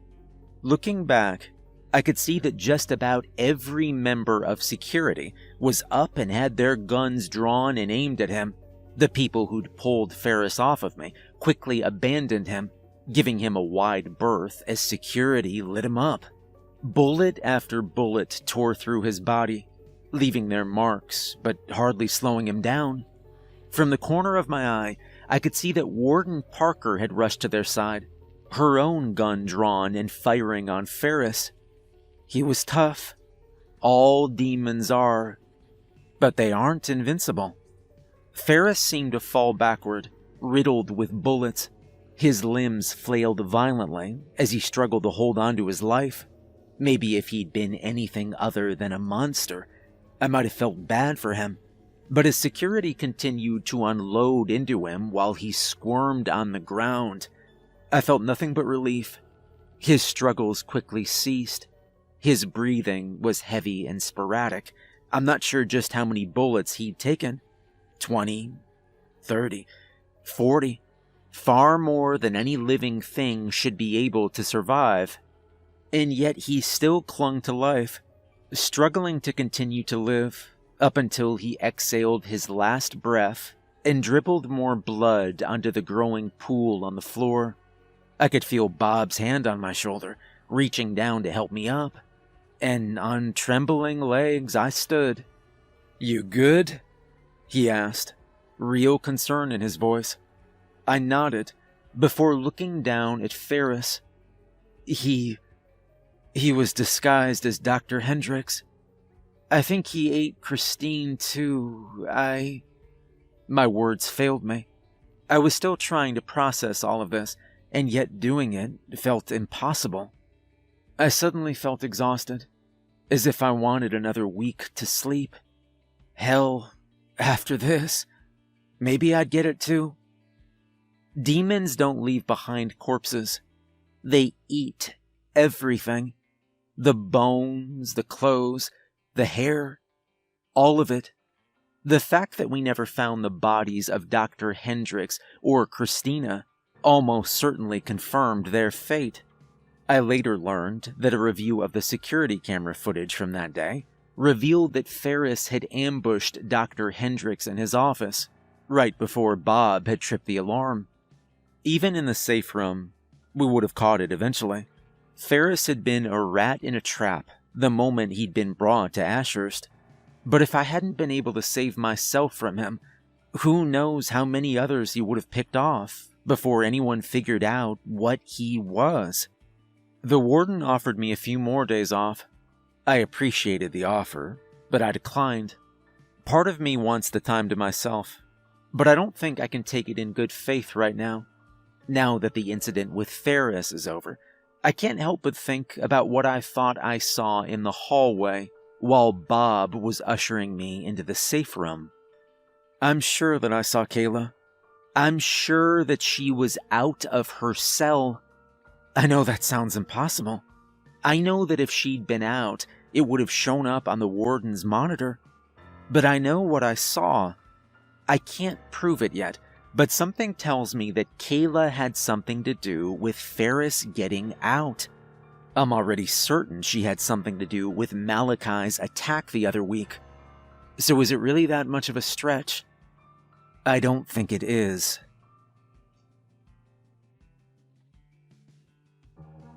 Most of the things we keep down in Ashurst aren't all that smart. Ghouls are little more than feral people, cursed by the Fae into madness. Demons are just hungry beasts, and even the most elusive of them can't escape their nature. Even the more intelligent creatures like Fae and vampires aren't smart enough to get far in their escape attempts. The recent incidents with Malachi and Ferris hadn't shaken those beliefs. Malachi had been killed within minutes of his attempted escape, and Ferris hadn't gotten all that far either, even after disguising himself to look like one of our research team. Their near escapes weren't what bothered me. The fact that both had come very close to killing me wasn't what bothered me either, although both had given me my fair share of nightmares. No, what bothered me was the fact that their escapes seemed coordinated, planned. A demon like Ferris would have been under high security. Escaping should have been next to impossible. But he got out all the same. Maybe it was just human error, but that seemed like a stretch. And then Malachi. I could have chalked his escape up to bad luck if it hadn't conveniently happened right after we'd figured out another inmate had found a way to slip him coded messages. In a dead language, coded messages that, according to my rough translation, told him just how to dislocate his wrists to slip out of his cuffs. The fact that both of these incidents had happened within roughly a week of each other was even more suspicious. I believe in coincidence, but there's a very clear line between coincidence and an emerging pattern. I would have been an idiot to ignore it, especially when both incidents had one clear thing in common: Kayla. I was certain that I'd seen her out of her cell. walking the halls during the lockdown when Ferris had gotten out. I was damn near positive she'd walked right by me as I'd been headed to the safe room with the rest of the staff. I'd also taken the time to check what records we had on her. They were spotty. It's hard to track anything that's lived for a few hundred years. Most fae, especially sirens, are basically ghosts in the first place, and the records get harder and harder to find the further back you go. But I found enough to make a case for Kayla being around California at the same time Malachi had been. From there, was it that much of a stretch to suggest that they might have both preyed on the Selenian people in the area and picked up some of the language? Hell, was it even a stretch to suggest that two bloodsuckers active in the same area at the same time were at least aware of each other? Maybe, but I didn't think so. What evidence I had was circumstantial, I'll admit it. The lack of anything solid was the only thing that kept me from barging into Warden Parker's office. While I struggled to imagine her not taking this seriously, I wanted something irrefutable, if for no other reason than to cover my ass. I figured if she was really up to something, then it wouldn't be that hard to find some evidence of it. Like I said before, the security at Ashurst is tight. No matter what game Kayla was playing, she couldn't slip through it all unscathed. There had to be something. Even if it was just something small, one little inconsistency to support my theory. Something that wasn't based on something I might have seen, or unreliable records on where she might have been 300 years ago. Something solid. And I knew just where to start looking. Pete was one of those work friends you sometimes have. The kind of man you'd sit by at lunch and talk to, then never see again for the rest of the day. From what I knew about him, he was an alright guy. Easygoing and upbeat. He talked aloud about his 2 kids, and he had video after video of them to share. I'd say they were boring, but I found it kind of heartwarming just how much he seemed to love them. He spent just about his entire day locked up in the security office with his coworkers, watching the cameras. They were just as laid back as he was, and once or twice I caught the smell of beer on him. I'm sure Warden Parker wouldn't have approved, but so long as they did their jobs right, she probably left him alone. He was more than happy to let me spend my early lunch break in the security office. While, technically, nobody except the guys who watch the cameras are supposed to be in there, they'd occasionally bend the rules, and Pete bent them often. I was always a little surprised that he had the balls to play things as fast and loose as he did. If Warden Parker ever found out, she'd probably have gone into an unholy fury. But he kept a low enough profile to not invoke her wrath. Pete was nice enough to let me go through the tapes from the day of Ferris's escape. I set myself up at a small computer in the back corner of the room, barely touching the ham sandwich I'd brought in, and worked quietly. As payment, I didn't notice the 6-pack of beer he took out of his desk, although I declined when he offered me a can. "Suit yourself, man," he said with a shrug, before opening a can and taking a long drink. After that, he left me to my work as I pored over the footage, starting with the camera feed from Kayla's cell. At a glance, nothing was out of place. Kayla was laying on her stomach in the shallow pool we provided sirens to soak in. Her head and arms jutted over the edge as she casually played solitaire with some waterproof cards. She only occasionally looked up towards the glass wall that separated her from the staff with a mild disinterest before looking back down. All in all, nothing seemed out of place. I brought up the footage from the hallway I'd seen her in next. On the screen, I could see myself and Bob running up the hallway towards the safe room. I watched for the part where I'd seen a woman dressed as one of the research staff walking in the other direction. The woman I'd been so sure was Kayla. Sure enough, the woman was right there in the screen. She walked in the opposite direction of the fleeing staff, moving away from the safe room. I could see myself in the video, stopping to call out to her. I saw her look back at me, although I couldn't get a good look at her face. The camera was too far away, her long hair was in the way, and the footage seemed a little too grainy. I frowned, before watching where the woman went. She was headed for Sector 3 from the look of it. Bringing up the footage from a few other cameras, I was able to track her as she weaved through the fleeing crowds down the hallways, always moving in the opposite direction they were. A few people seemed to notice her, but nobody stopped for long. They were out to save their own asses. It was hard to say where she was headed. She was absolutely headed to Sector 3, but I couldn't imagine what she wanted there. Most of that sector was for the research team, and the few prisoners kept there were exclusively ghouls and lesser demons, feral, animalistic things that were only barely sentient. The only thing of particular interest I could think of in that area, aside from a few offices, was the server room. The server room. Maybe that was it. Sure enough, as I followed the unknown woman through Sector 3, it became clearer and clearer that was exactly where she was headed. I even saw her around the corner into the hallway, where the main entrance to the server room would be. I tried to bring up the camera footage from that hallway, although there were no files to be found. I picked through everything Pete had given me, and turned up nothing. This made no sense. "Hey, Pete," I called. He looked over at me. "Do you have the footage from Corridor 7 in Sector 3? I don't see that here." "You want Tuesday's footage?" he asked. "Yeah." "No can do. We were running maintenance in Sector 3 on that day. A lot of the cameras were down." I looked over at him. "What?" Yeah, some sort of update to the system," he said with a shrug. "Corridors 7 and 8 were disabled, along with Dr. Henry's office, Dr. Freeman's office, and the server room. I don't know why they shut down that particular area. Everything seemed to be running fine beforehand. But Warden Parker signed off on it." My brow furrowed. Something about that seemed off to me. I wasn't entirely sure what the protocol for routine maintenance was, but it just seemed like a huge blind spot to just have all the cameras around the server room disabled.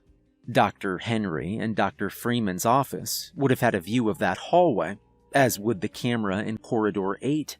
It seemed far too convenient to be a coincidence. I went back to pore over the other footage Pete had given me. There were a few clips where I was pretty sure I could see Kayla's face clearly, but it was nothing particularly damning.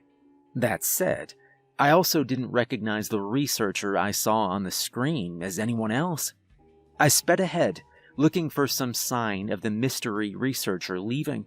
Sure enough, after a half hour into the lockdown, I saw someone dressed in security attire leaving the hallway. It was impossible to clearly see their head under their helmet, but their build seemed similar. My gut told me it had to be the same person, just in different clothes. Who else could it have been? I followed them through the halls once more, watching as they linked up with another security team in Sector 4. I would have expected the team to have reacted in some capacity, but they just seemed to acknowledge the new addition to their ranks and move on as if nothing was wrong, as if they knew who it was. I went back to the footage of Kayla's cell. Seemingly the whole time the lockdown had happened, she'd been playing cards. I even checked the cameras outside of her cell in Sector 5. I could see nobody in the hallway. No security. Nothing. I went back to tracking the security team my mystery person had joined up with. Following them through the halls, I couldn't help but notice that they were going straight towards Sector 5. Odd. They looked like they were headed for Kayla's cell. Looking again at the footage of the hallway outside her cell, I finally found what I was looking for. Nothing at all. Looking at the camera outside of Kayla's cell, I could see nothing but an empty hallway. Looking at the camera in the next hallway over, I could clearly see the security team going down that hall, and then coming back a few minutes later, one member short. I felt an actual pang of elation at the fact that I'd actually found something, followed by a sinking discomfort. She'd been escorted back to her cell by a security team. They had to have known who she was. Whatever she was doing in Sector 3, It just happened to be in the area where the cameras were down for routine maintenance. And then there was the fact that there was technically no footage of her outside of her cell. I wasn't sure where the footage that had been used instead came from. Maybe from a lockdown drill. That would have been the easiest to splice in there. But then, who spliced it in? I looked over at Pete. His eyes were off me. If it had been him, I would have expected him to be watching me a lot closer. So maybe it was another member of the security team. It had to be.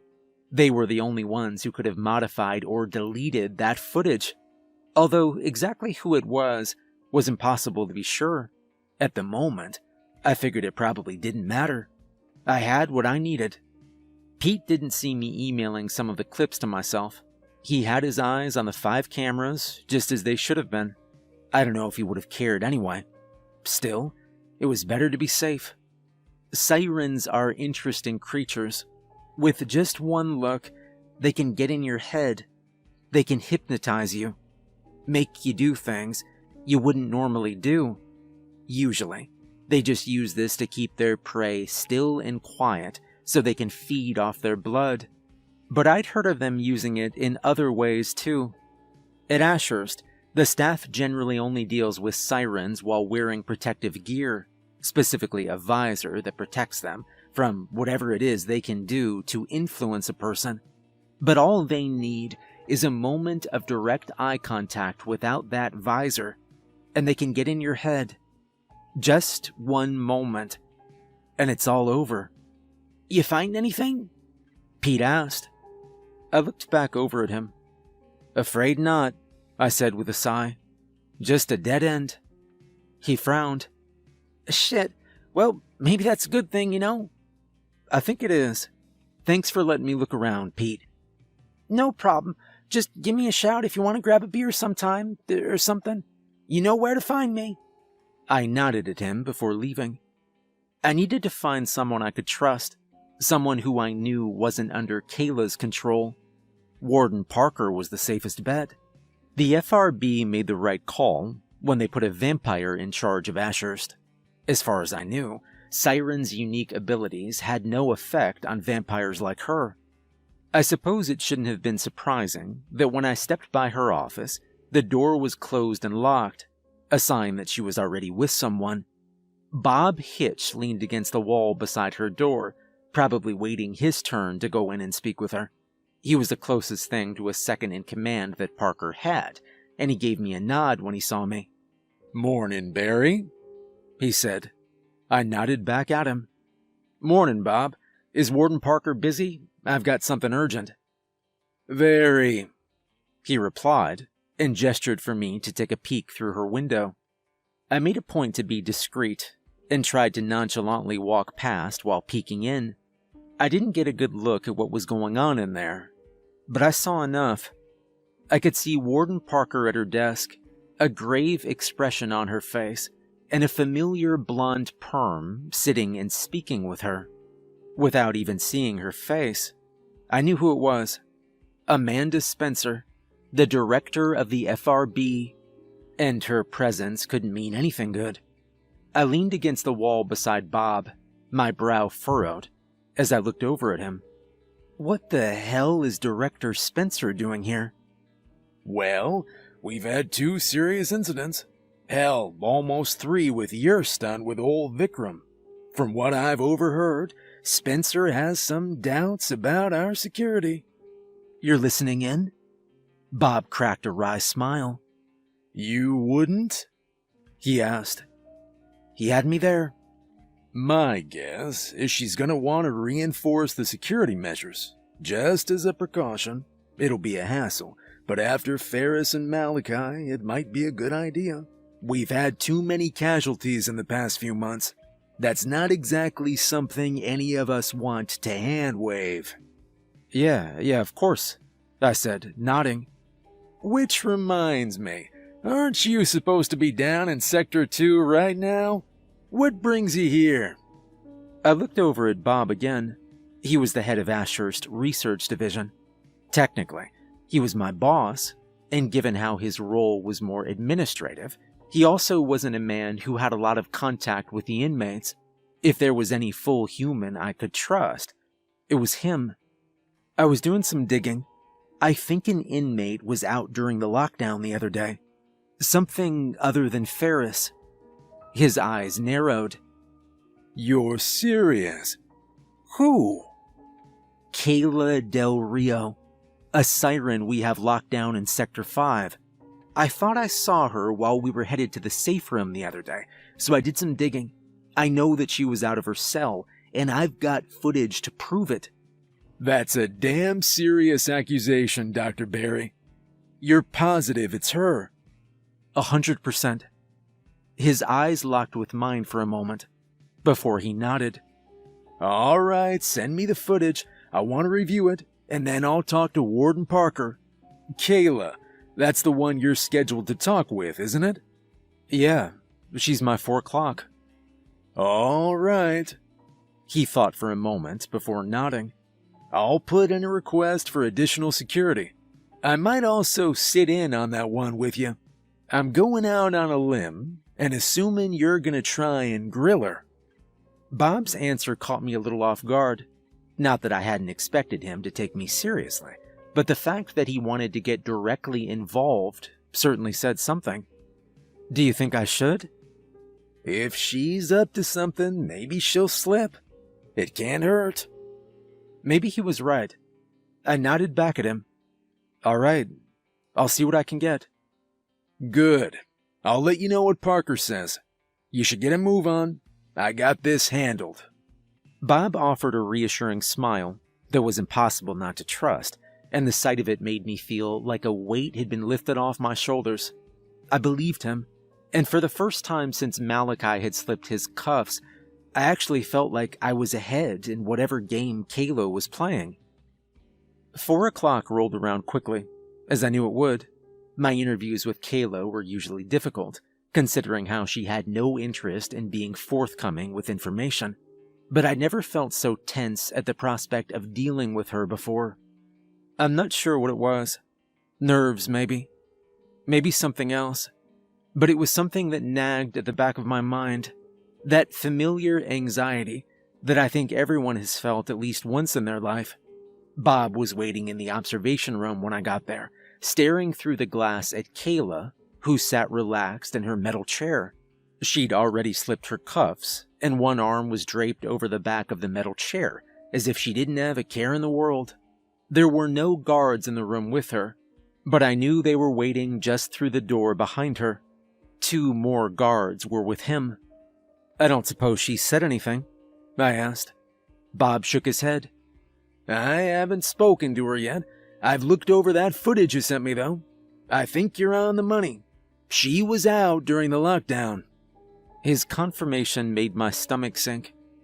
So how should we handle this? We confront her. Let her know the game's up. Maybe she'll tell us why. Or if not, then at least give us something. Warden Parker is going to seek termination either way. Termination? That didn't surprise me. Kayla was obviously too dangerous to be left alive. You spoke to the warden? Of course. She's scheduled to be put down this evening. She doesn't know it yet. I'll leave it to you to break the news. I nodded, before taking a deep breath. I understand. Well then, no time like the present, I guess. I adjusted my coat and took a deep breath, steeling myself before I entered the interview room. I adjusted my visor to protect myself from her gaze, and I stepped inside. Kayla's eyes lit up the moment she saw me, and I watched a wry smile cross her lips. Well, hey there, Dr. Barry, she said cheerfully. I was starting to wonder if you'd forgotten all about me. I was on leave, Kayla, I replied as I sat down across from her. Were you now? Did that whole business with Malachi get you too shook up? I glanced up at her. Her smile presented her razor-sharp teeth in a way that made a chill run through me. I hear things through the grapevine. Folks tend to gossip. Do they? I don't imagine you hear much gossip, being isolated like you are. I can't imagine Malachi was one for conversation, I said. The look in her eyes told me everything I needed to know. Kayla was quiet for a moment, choosing her words carefully before she spoke. "One-sided," she finally said, before her smile returned. "Figured me out, did ya?" I just glared at her. Her smile didn't falter for a moment. "If you're thinking I was trying to get you, I promise you that I wasn't. On the contrary, the whole point was to get him." "What do you mean?" I asked. "You think I wanted that bloodthirsty idiot to escape? Please. I knew he'd get himself killed and cause a stir in the process. I thought it might be fun." "You wanted Malachi dead then?" "That's what I said, sugar. Our paths crossed once in California some years ago. His kind hunted in our territory. Conflict was inevitable. Our mutual friend offended some of my late sisters. When I realized he was in here with me, I thought that getting him killed might be a fun little side project. Something to keep my mind occupied, you know? Captivity's boring. What you gonna do anyway? Arrest me?" She snickered, but I stayed stoic. Truthfully, I hadn't expected Kayla to be that forthcoming with information.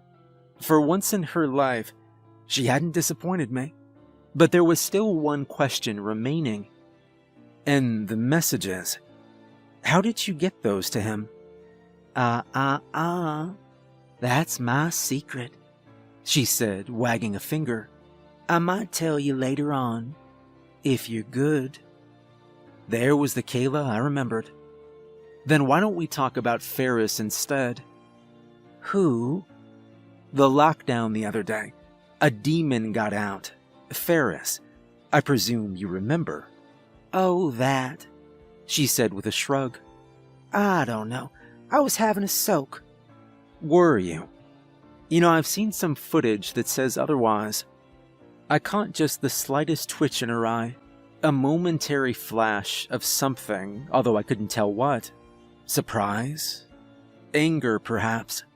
Her eyes were locked with mine. Even through the visor I wore to protect myself from her gaze, I still felt something inside me shudder. "What exactly are you talking about?" she asked. Her tone was more aggressive than before. "You were out of your cell. I saw you in the hall, and I've got you on camera. So far, my theory is that you somehow orchestrated Ferris's release so you could go for a walk down to the server room. Then some of your friends in security were nice enough to walk you back to your cell and tamper with the footage to try and hide the fact that you were ever gone. I know I'm missing some details, but that's about the size of it, isn't it?" Her smile faded at last. Her eyes remained intently fixated on me. "Can a girl go for a walk?" "Not a girl like you. Not in here." She scoffed. "Well, I suppose not. Now I'm thinking about just how much I should tell you. Everything? Or just enough to leave you wanting more?" "If it affects your decision, you've been marked for termination this evening. I imagine this is the last time we'll be seeing each other." Kayla's expression seemed calm, despite the news I just broken to her. I caught the slightest hint of a smirk on her lips, but it faded quickly. "Really now? Well then, I guess you've got me." She held her hands up in a gesture of surrender. "You know, I was never the best liar. All this sneaking around, it's not my strong suit. I was always more of a hands-in-the-mud kind of girl. But all right, I'm gonna be good and generous tonight and tell you everything you want to know. How's that sound?" "Too good to be true," I replied. Her smile returned, and the sight of it created a sinking feeling in my stomach. "It always is, isn't it? See, y'all expect your escapees to make a beeline for the exit. Now, Maybe I'm smarter than the average dumbass, but I went and figured that wasn't the best strategy. Nah, it's better to break the heater in that little puddle you people gave me to soak in. They want me sedated and blindfolded when they have to repair it. I only needed to break it twice. The first time was a test run to see what they do. The second time, I had an idea of how long the sedative would take to take effect and managed to fake passing out early. Then, I just needed a second to make eye contact with some idiot on the security team. Just one swing of your arm, and those visors can come right off. Especially when security thinks you're passed out. After I had my one guard, I bided my time, took this place person by person. Hell, I probably run more of this damn place than the warden right now. As she spoke, I felt dread. Kayla seemed so calm and at ease. I felt so alone. I could feel Bob and the security team watching me from behind the glass. I knew they heard every word, and I knew they weren't coming. Kayla kept talking, simply because she could. Because it didn't matter what she told me at that moment. She knew I couldn't do a damn thing about it. Oh, I imagine that right about now, they've got some doubts on the security of this place. I imagine they're gonna want to fix that real soon, and to do that, it might be better if they moved some prisoners out for a little while. Now, correct me if I'm wrong, but that's gonna be a bitch of a process, ain't it? A lot can go wrong on the road, you know. But you and I can talk about that later. She stood up, sensually leaning against the metal table, her face inching towards mine. Relax, Doc. I ain't gonna hurt you. No, sir. She reached out, grabbing my visor, and I let her. Every fiber of my being told me to try and run, but I knew that the doors would be locked.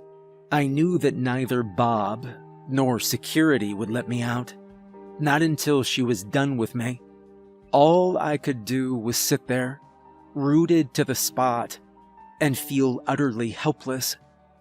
Kayla gingerly pulled the visor off my face and set it down on the table in front of me. And for the first time, I looked into the eyes of a siren, and I could feel my muscles relaxing. The room around us seemed to fade away. All I could see were those intense brown irises, and all I could hear was Kayla's soothing voice. Her hands were ice cold as they rested on my cheeks, and behind her lips, I could see jagged teeth. I stepped out of the interview room, feeling more composed than I did when I came in. It was strange. Some deep part of me felt genuine fear. My heart was racing 1,000 miles per second. My hands were still shaking. The world felt hazy and detached, as if I were drunk. My every movement seemed like my own, although something felt wrong. Something that I knew and didn't know at the same time. It was an impossible feeling to describe. Bob regarded me silently, before offering me a warm smile that didn't reach his eyes. No, his eyes said something else. Something I now understood all too well. There was an awareness in them, a knowledge that we both shared, a part of ourselves locked away, shut down. It was our turn to be prisoners now. I looked back at Kayla through the window. She sat still as security cuffed her again, and she wore a knowing smile on her lips. I knew that it wouldn't be long.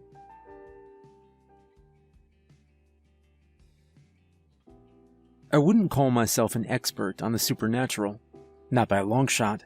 Sure, my job has me researching the stranger things in the world.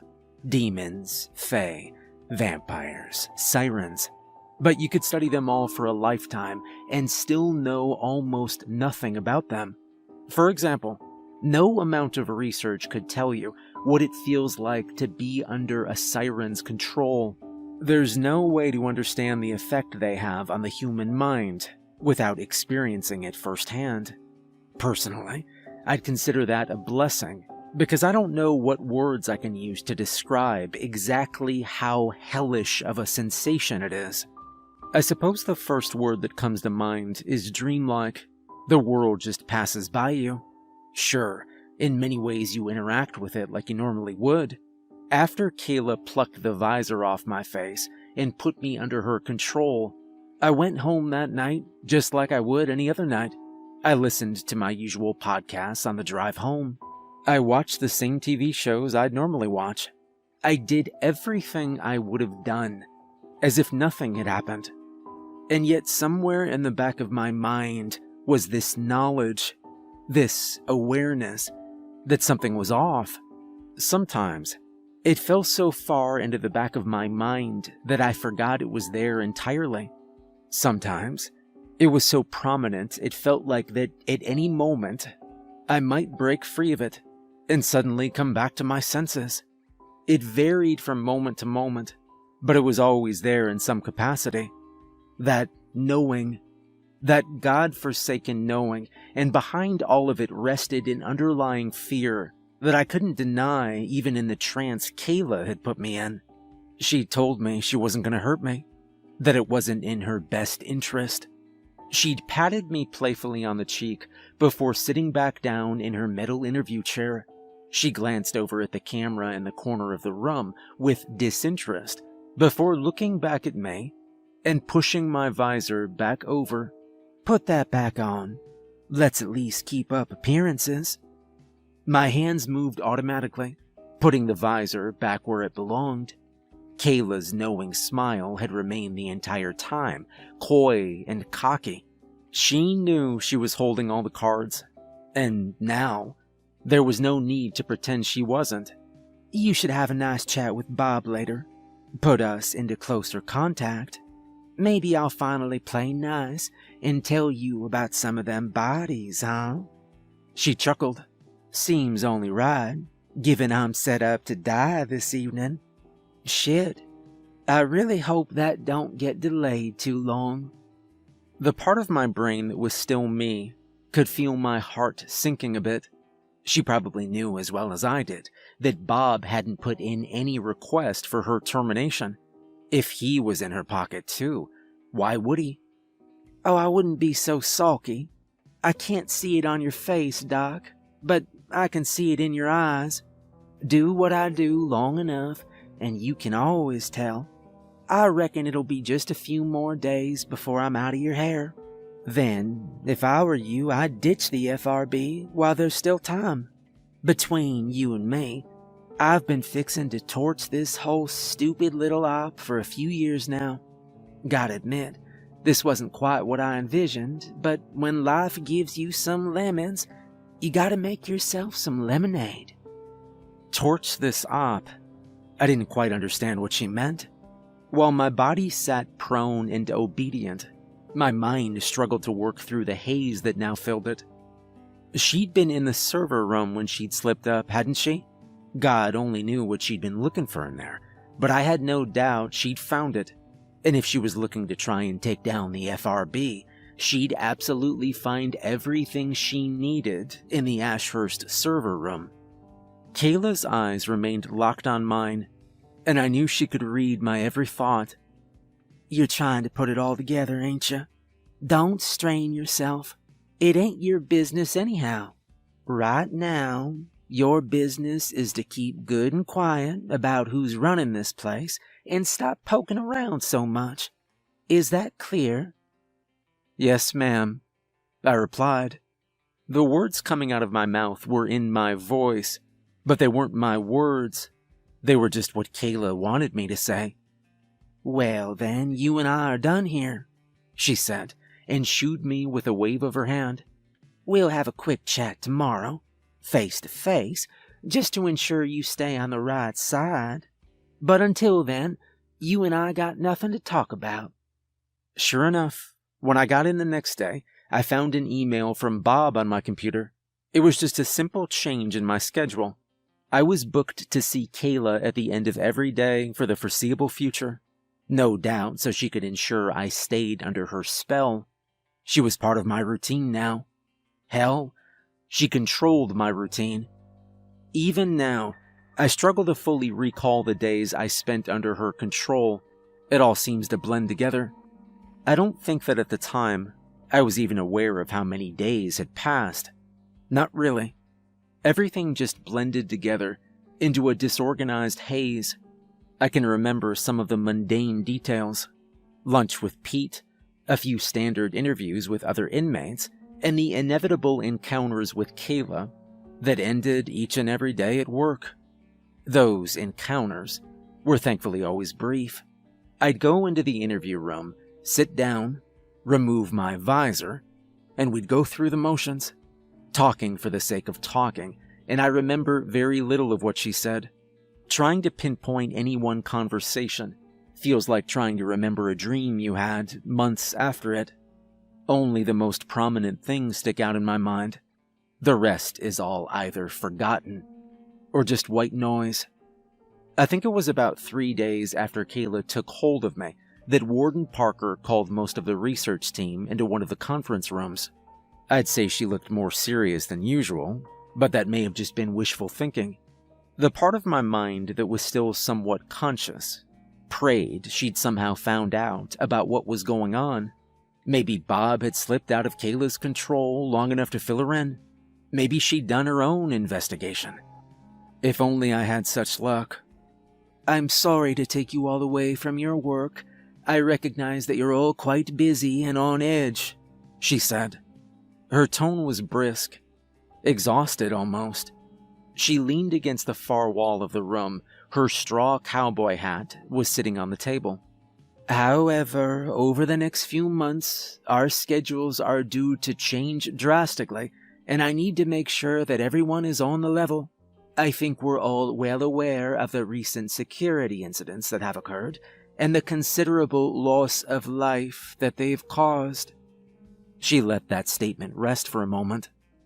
"In the past, we've prided ourselves on the safe environment we've created for our employees. Any compromise to that environment is something I take incredibly seriously. I'm not running a chop shop here. I understand you all trust both myself and the security of this facility with your lives each and every day. And the fact that I have failed so many of you is not something that sits well with me. That is why I've had some recent discussions with Director Spencer of the FRB. There are clearly some flaws in our security, flaws that have recently been exploited to disastrous effect. I refuse to let that stand. So, starting Thursday, we will be making efforts to remove those flaws. The process will take some time. The renovations will be extensive to some parts of the facility, but they are necessary. Unfortunately, with work being done on the facility, we are in a weakened state. Our security may be weaker and easier to exploit during this time. To that end, the FRB has generously begun setting up a temporary backup facility to hold the more high-risk inmates until we're back up to full strength. I've given authorization to open up the loading elevator for ease of transport.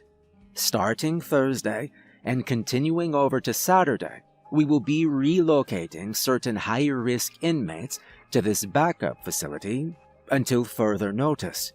I've already briefed the security team, who will be taking on the brunt of these duties. Mr. Hitch will subsequently divide your teams as needed to ensure your work is not severely impacted, and for added security, I've signed the termination orders for several of our more dangerous inmates who may be unable to be moved. Those will be carried out over the next several days. Now, to those of you who are familiar with our procedure for internal renovations, this is standard procedure. However, To any of you who are not fully familiar with our renovation procedures, I invite any of you with questions to come see me or Mr. Hitch. Our goal is to make this as easy on you as we can." Someone put their hand up, and the warden nodded in their direction. Which inmate specifically will you be moving?" they asked timidly. I recognized the voice as one of the newer hires. "That's an excellent question," the warden replied. "Our current priority is an entity who could use the disarray caused by the renovations to slip out. Any demons and mimics who were not marked for termination will be shipped out on Thursday. Security has already begun to prep them. On Friday, we will be moving any fae that pose a significant risk, mostly sirens. However, old Vikram will also be temporarily relocated." The silent unease that filled the room was almost audible. "You're moving old Vikram?" someone asked warily. "Is that even safe?" "Relatively," interjected Bob. He sat a short distance away from the warden, his hands folded on the table. "While it doesn't kill him, Vikram takes some time to adapt to extreme cold. In a sense, we can temporarily freeze him.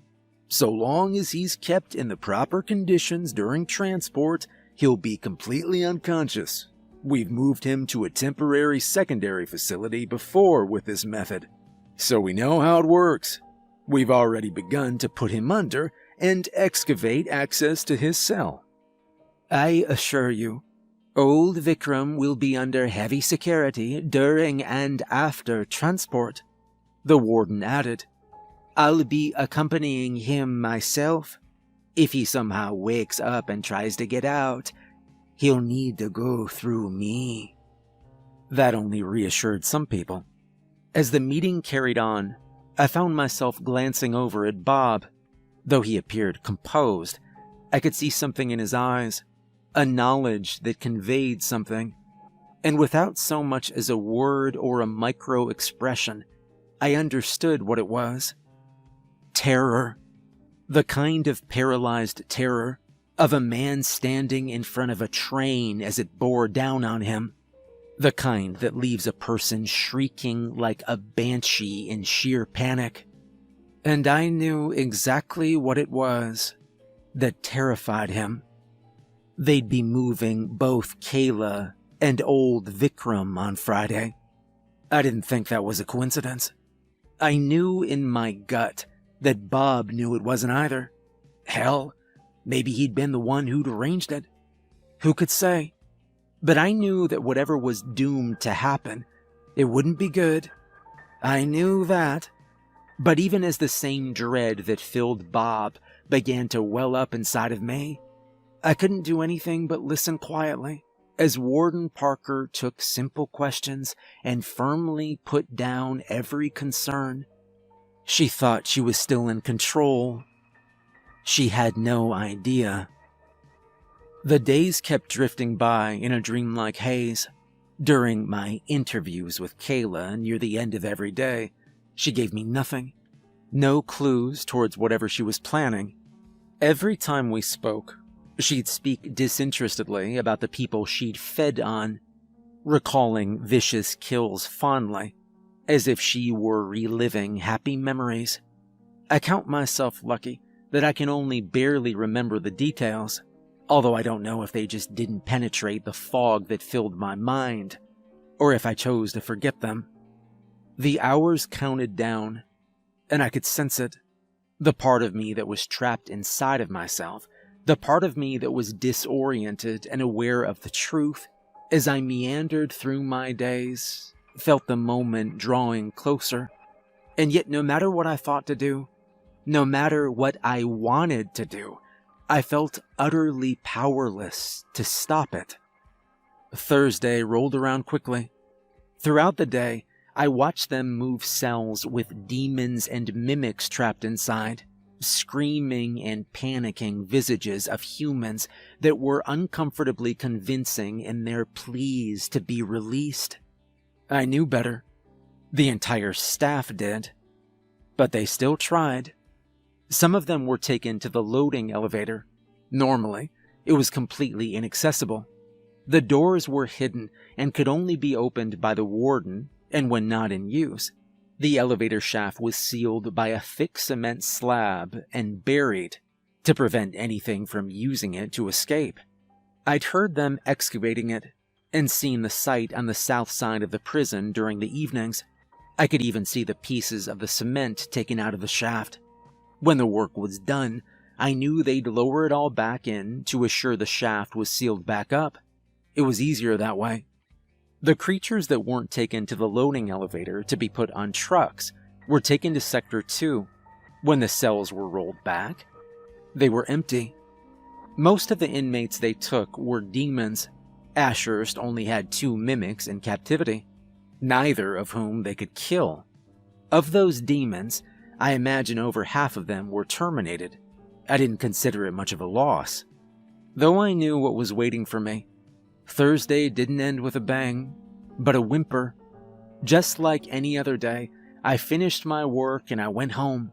From the parking lot, I could see bright lights and personnel around the loading elevator, but I wasn't close enough to get a better look, and some small, selfish part of me hoped that whatever would happen tomorrow, maybe I wouldn't be part of it. Maybe Kayla would find a chance to slip off, and I'd be free. But things are never that easy, are they? Friday came, as it was doomed to. I spotted Bob out in the parking lot, waiting by the door when I got there, and though I walked towards him with a neutral expression, I couldn't help but feel a growing fear in my chest. I could tell Bob was afraid too. "Morning, Barry." His tone was upbeat and friendly as always. It didn't set me at ease. "Morning, Bob. Is everything all right?" We both knew that it wasn't. Yeah, it's great. I just wanted to have a quick chat before you got in. I was thinking you've got a particular relationship with one of the sirens we're moving today, Kayla. We're trying to keep the inmates as calm as possible, so I thought it might help if you rode in with her." I felt my heart skip a beat. Whatever dread I felt didn't reach my face. Looking into Bob's eyes, I could see him almost pleading with me to somehow break free of this, but I wasn't any stronger than he was. "I'd be glad to," I said, and for a moment I could have sworn I heard my voice crack. My lips formed into a joyless smile that Bob returned. "Well, great. We'll be riding behind old Vikram, so at least you're amongst friends." He chuckled. It sounded genuine, despite the lack of any real humor in it. He patted me on the shoulder and turned to head inside, and I matched his pace. I'd been right. It wasn't a coincidence that Kayla and Vikram were being moved on the same day. While I doubted they were collaborating, there would have been no way for her to contact old Vikram. Of that much I was still certain. I was sure that Kayla was looking to rectify that. After all, if she set him free, well, I imagined that old Vikram would feel awfully charitable towards her. Perhaps charitable enough to offer her some sort of boon. I didn't know what Kayla would have requested from a creature with old Vikram's power, but I also didn't want to find out. I was there, watching as Kayla was escorted towards the loading elevator. A team of guards walked her and several other sirens in captivity towards the lift, which moved up in an incline. Her hands were cuffed in front of her, and her eyes were covered by a blindfold. But I knew she could slip those cuffs at any moment. She was just waiting for the right one. Above us, I could see pale sunlight gleaming down. The first sunlight Kayla had probably felt in months. I could see her looking up at it, as if she could see it through her blindfold, and I could see the ghost of a smile on her lips as the elevator began to rise. The trucks were waiting near the top of the lift. I could see one large unmarked semi off to the side. No doubt that was the one that held old Vikram. I spotted the warden standing nearby, speaking to one of the guards. The rest of the trucks were standard prison transport trucks. one for each siren. Security split them up and led them one by one to their trucks. As one guard grabbed Kayla by the arm and pulled her towards hers, I followed. I spotted Bob already waiting inside, a lever-action rifle across his lap. I got into the truck first and sat beside him.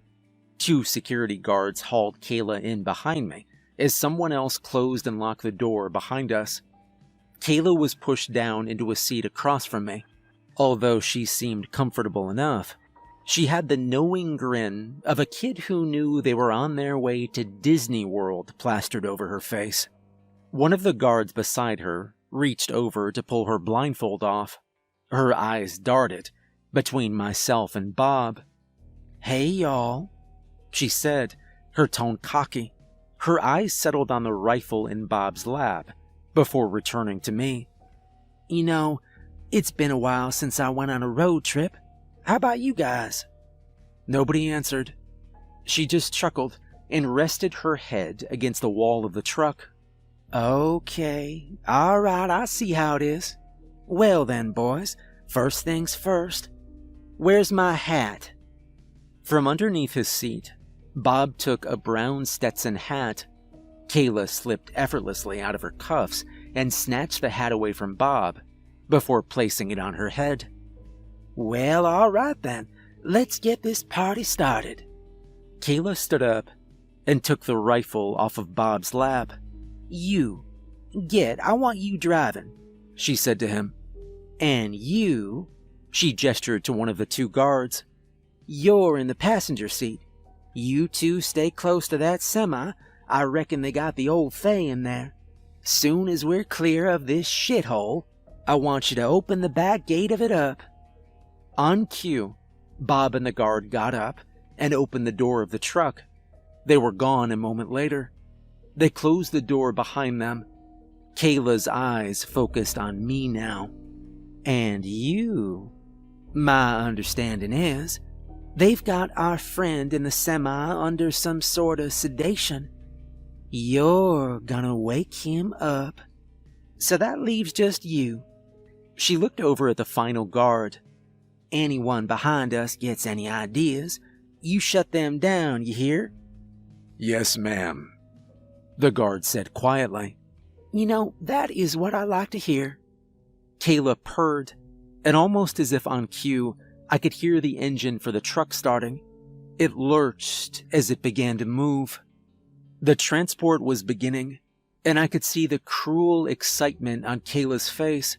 She slung the rifle over her shoulder as she approached the front of the transport. There was a small window with an aluminum mesh covering it that let her see into the cab. Looking past her, I could see the semi in front of us as the truck fell in with the rest of the convoy. It was still several feet ahead, but I could feel the truck gaining speed. Kayla watched for a few moments, letting us move away from Ashurst onto the back roads of Arizona. I watched her unzip her jumpsuit and tie the sleeves around her waist. Underneath, she wore a plain white tank top. I could almost see her gills underneath the fabric, along her sides. Her arms looked toned and muscular, and she cracked her knuckles in anticipation. The semi with Vikram in it was getting closer, and after a few moments, Kayla finally made her move. Rifle still in hand, she turned and headed for the back of the transport. Without a second thought, she threw the doors open, revealing the trucks behind us and the Arizona highway speeding past. In the distance, I could see Ashurst itself getting smaller and smaller. Kayla regarded it with a cold satisfaction before taking aim with her rifle at the truck behind us, and with a vicious smile, she pulled the trigger. The windshield fractured. I saw the body of the driver jerk as the truck veered off the road, disrupting the convoy. Laughing to herself, Kayla reached up to lift herself up onto the roof of the truck without so much as stopping to take in the chaos she caused. With surprising ease, she vanished onto the roof, and I could hear the sound of her body against the metal above us. My heart was racing, but my muscles didn't move. My body would not obey me, even as I felt the panic setting in. As the wind raced past us, I heard the crack of Kayla's rifle again. Ahead of us, I saw the rear of the semi swerve as one of the tires was blown out. The heavy stink of burnt rubber filled the air, although it passed soon enough.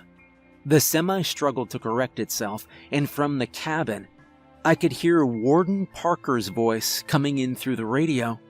Transport 6, what the hell are you doing? Neither Bob nor the guard in the passenger seat gave any response. Transport 6, respond. Shit, get us out of here.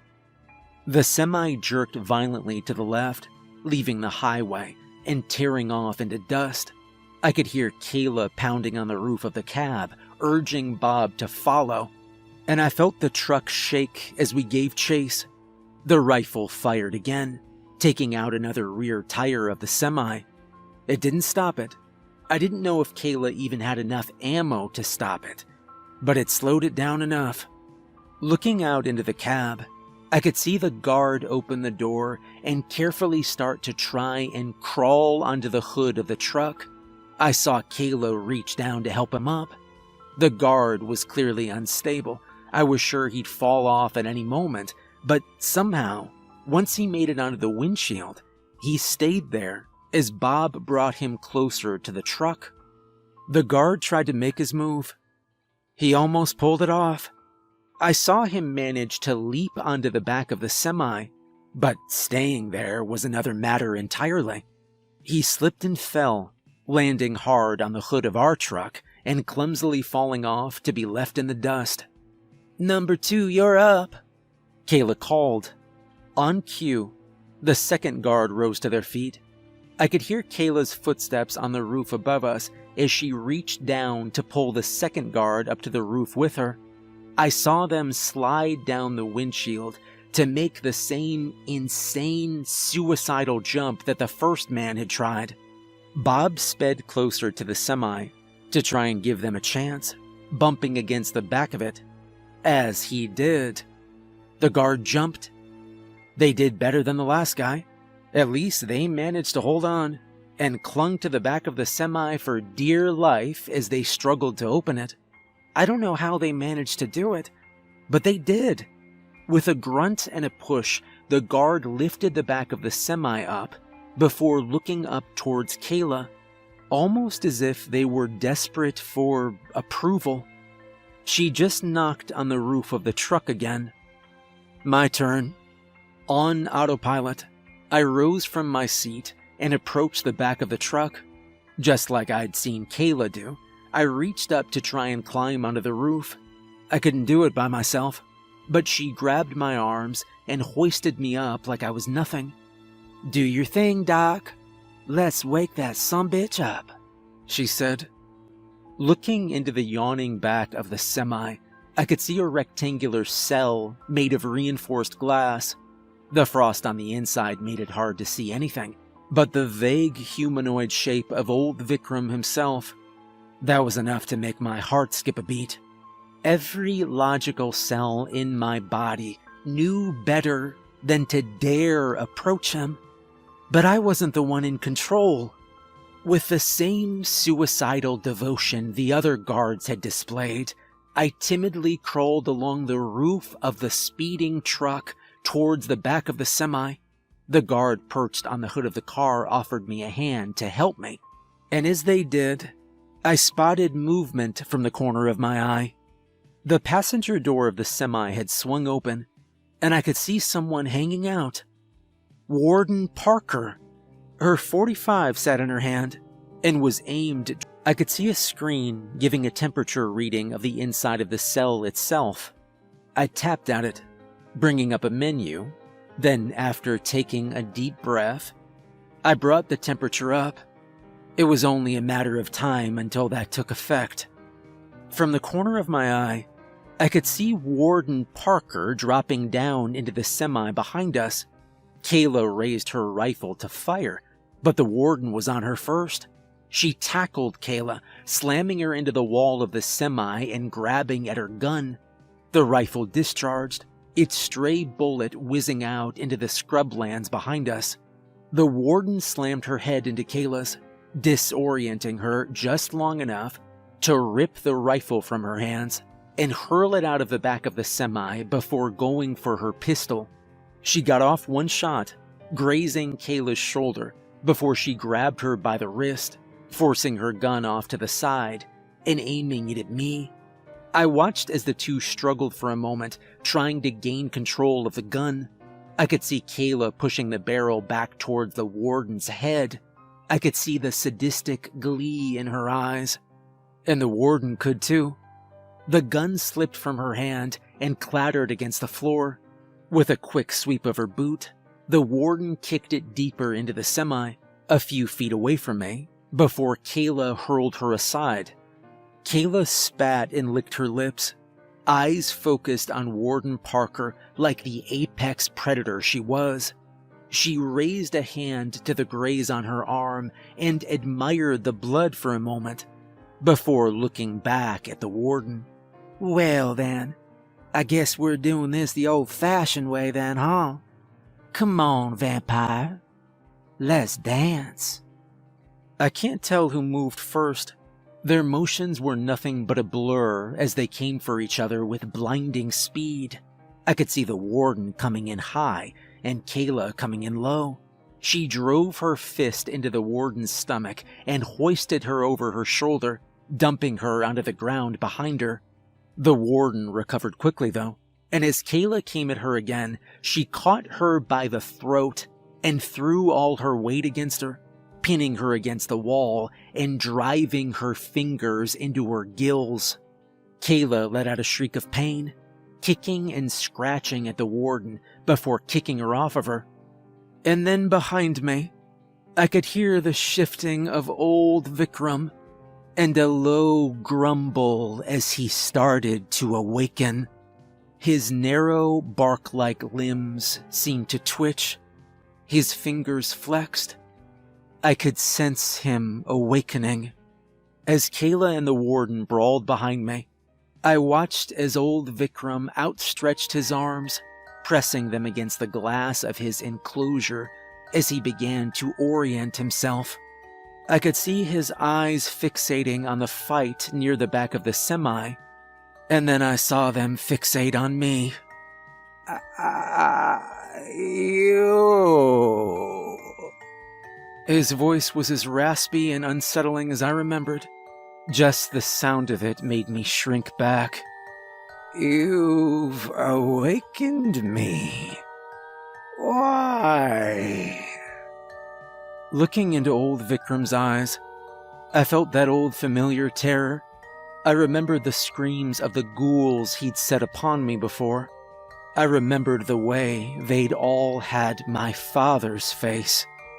But beneath all that fear, I felt something I didn't expect. Hope. Kayla never technically told me to tell old Vikram that she'd awakened him. She was supposed to be there to do so herself. But considering that Kayla was currently occupied, I'm not sure if in that moment I broke through whatever spell she had me under, even if only for a moment, or if I found a loophole. I don't suppose it really matters either. I have a bargain for you. The words felt difficult to get out.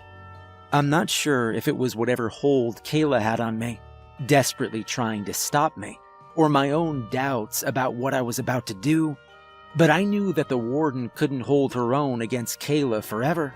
Sooner or later, she'd either end up hurled out the back of the semi, or dead. This was the only option. I free you. You free me. Old Vikram stared at me, as if he was considering my offer. I could hear his ragged breathing growing heavier as he exhaled, and then I heard his laughter. Oh, is that it? That's it, I said. My teeth gritted, and I prayed it would be enough. A simple matter, then. Almost as soon as those words left his mouth, I felt the fog in my mind clear.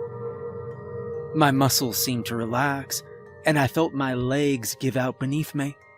I clutched my head, exhaling suddenly, as my mind became mine again. It was overwhelming, a rush of sensation that nearly blinded me to the situation I was still in. Just within arm's reach, I could see the warden's 45, and I knew what I had to do. With a roar, old Vikram slammed against the walls of his cell. Almost on cue, both Kayla and the warden looked over at him, realizing at the same time that he was awake, and they bore the exact same expressions on their faces. Dread. I snatched up the gun and took aim at Kayla. Her eyes darted over towards me before widening. I pulled the trigger and struck her in the shoulder. With a cry of pain, she fell backwards and placed her hand over the wound. On unsteady legs, I rose upwards and ran for the back of the semi. With Kayla down, Warden Parker did the same.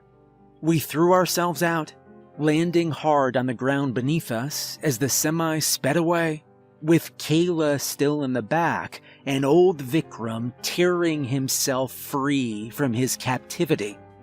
I looked up, watching as the semi-truck sped forward. I could see old Vikram tearing at his own cell, his every movement violently rocking the semi, until at last, with a final snarl, he broke free. The semi seemed to tilt to the side. It almost righted itself before it tipped and skidded along the ground, kicking up dust as it did. And then there was nothing but silence. Warden Parker held up a hand to shield her eyes from the intense sunlight. She squinted as she tried to get a look at the crash, but it was hard to see anything amongst the dust. I'm sure that I saw the shape of old Vikram rising out of the truck. I'm sure I saw those narrow, tree-like limbs. But it's hard to say for sure. I don't regret letting old Vikram loose. I don't think Warden Parker blames me either. She knows it wasn't really me who was behind it. All the same, cleaning up the mess has occupied most of her time during the repairs. Kayla and Vikram are the first two escapees from Ashurst. She's dedicated to make them the last. The aftermath of Kayla's escape attempt has been difficult. By the time Asher's security team found Parker and I, and were able to examine the wreckage, there was no sign of either old Vikram or Kayla, aside from some footprints. Neither the warden nor I saw them slip away, but creatures like that have their ways. Part of me wants to believe that old Vikram did something to Kayla, dragged her to some sort of hell or something, but I'm not that optimistic. They found Bob's body a few days later in the bathtub of a motel by the Texas border, drained of his blood. The truck we'd loaded Kayla into was parked out front. A few folks mentioned seeing a pretty woman with a Stetson cowboy hat in town, but nobody knows where she might have gone. I've been debriefed 1,000 times by now, but I still don't know where Kayla is going, or what exactly the next step of her plan is. I'm sure that one way or another, in due time, we'll find out.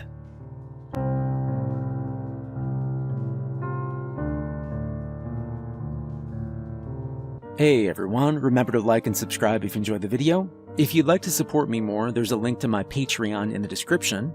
And a big thank you to the author Head of Spectre. There's a lot more stories like this on their Reddit page, so make sure to check it out.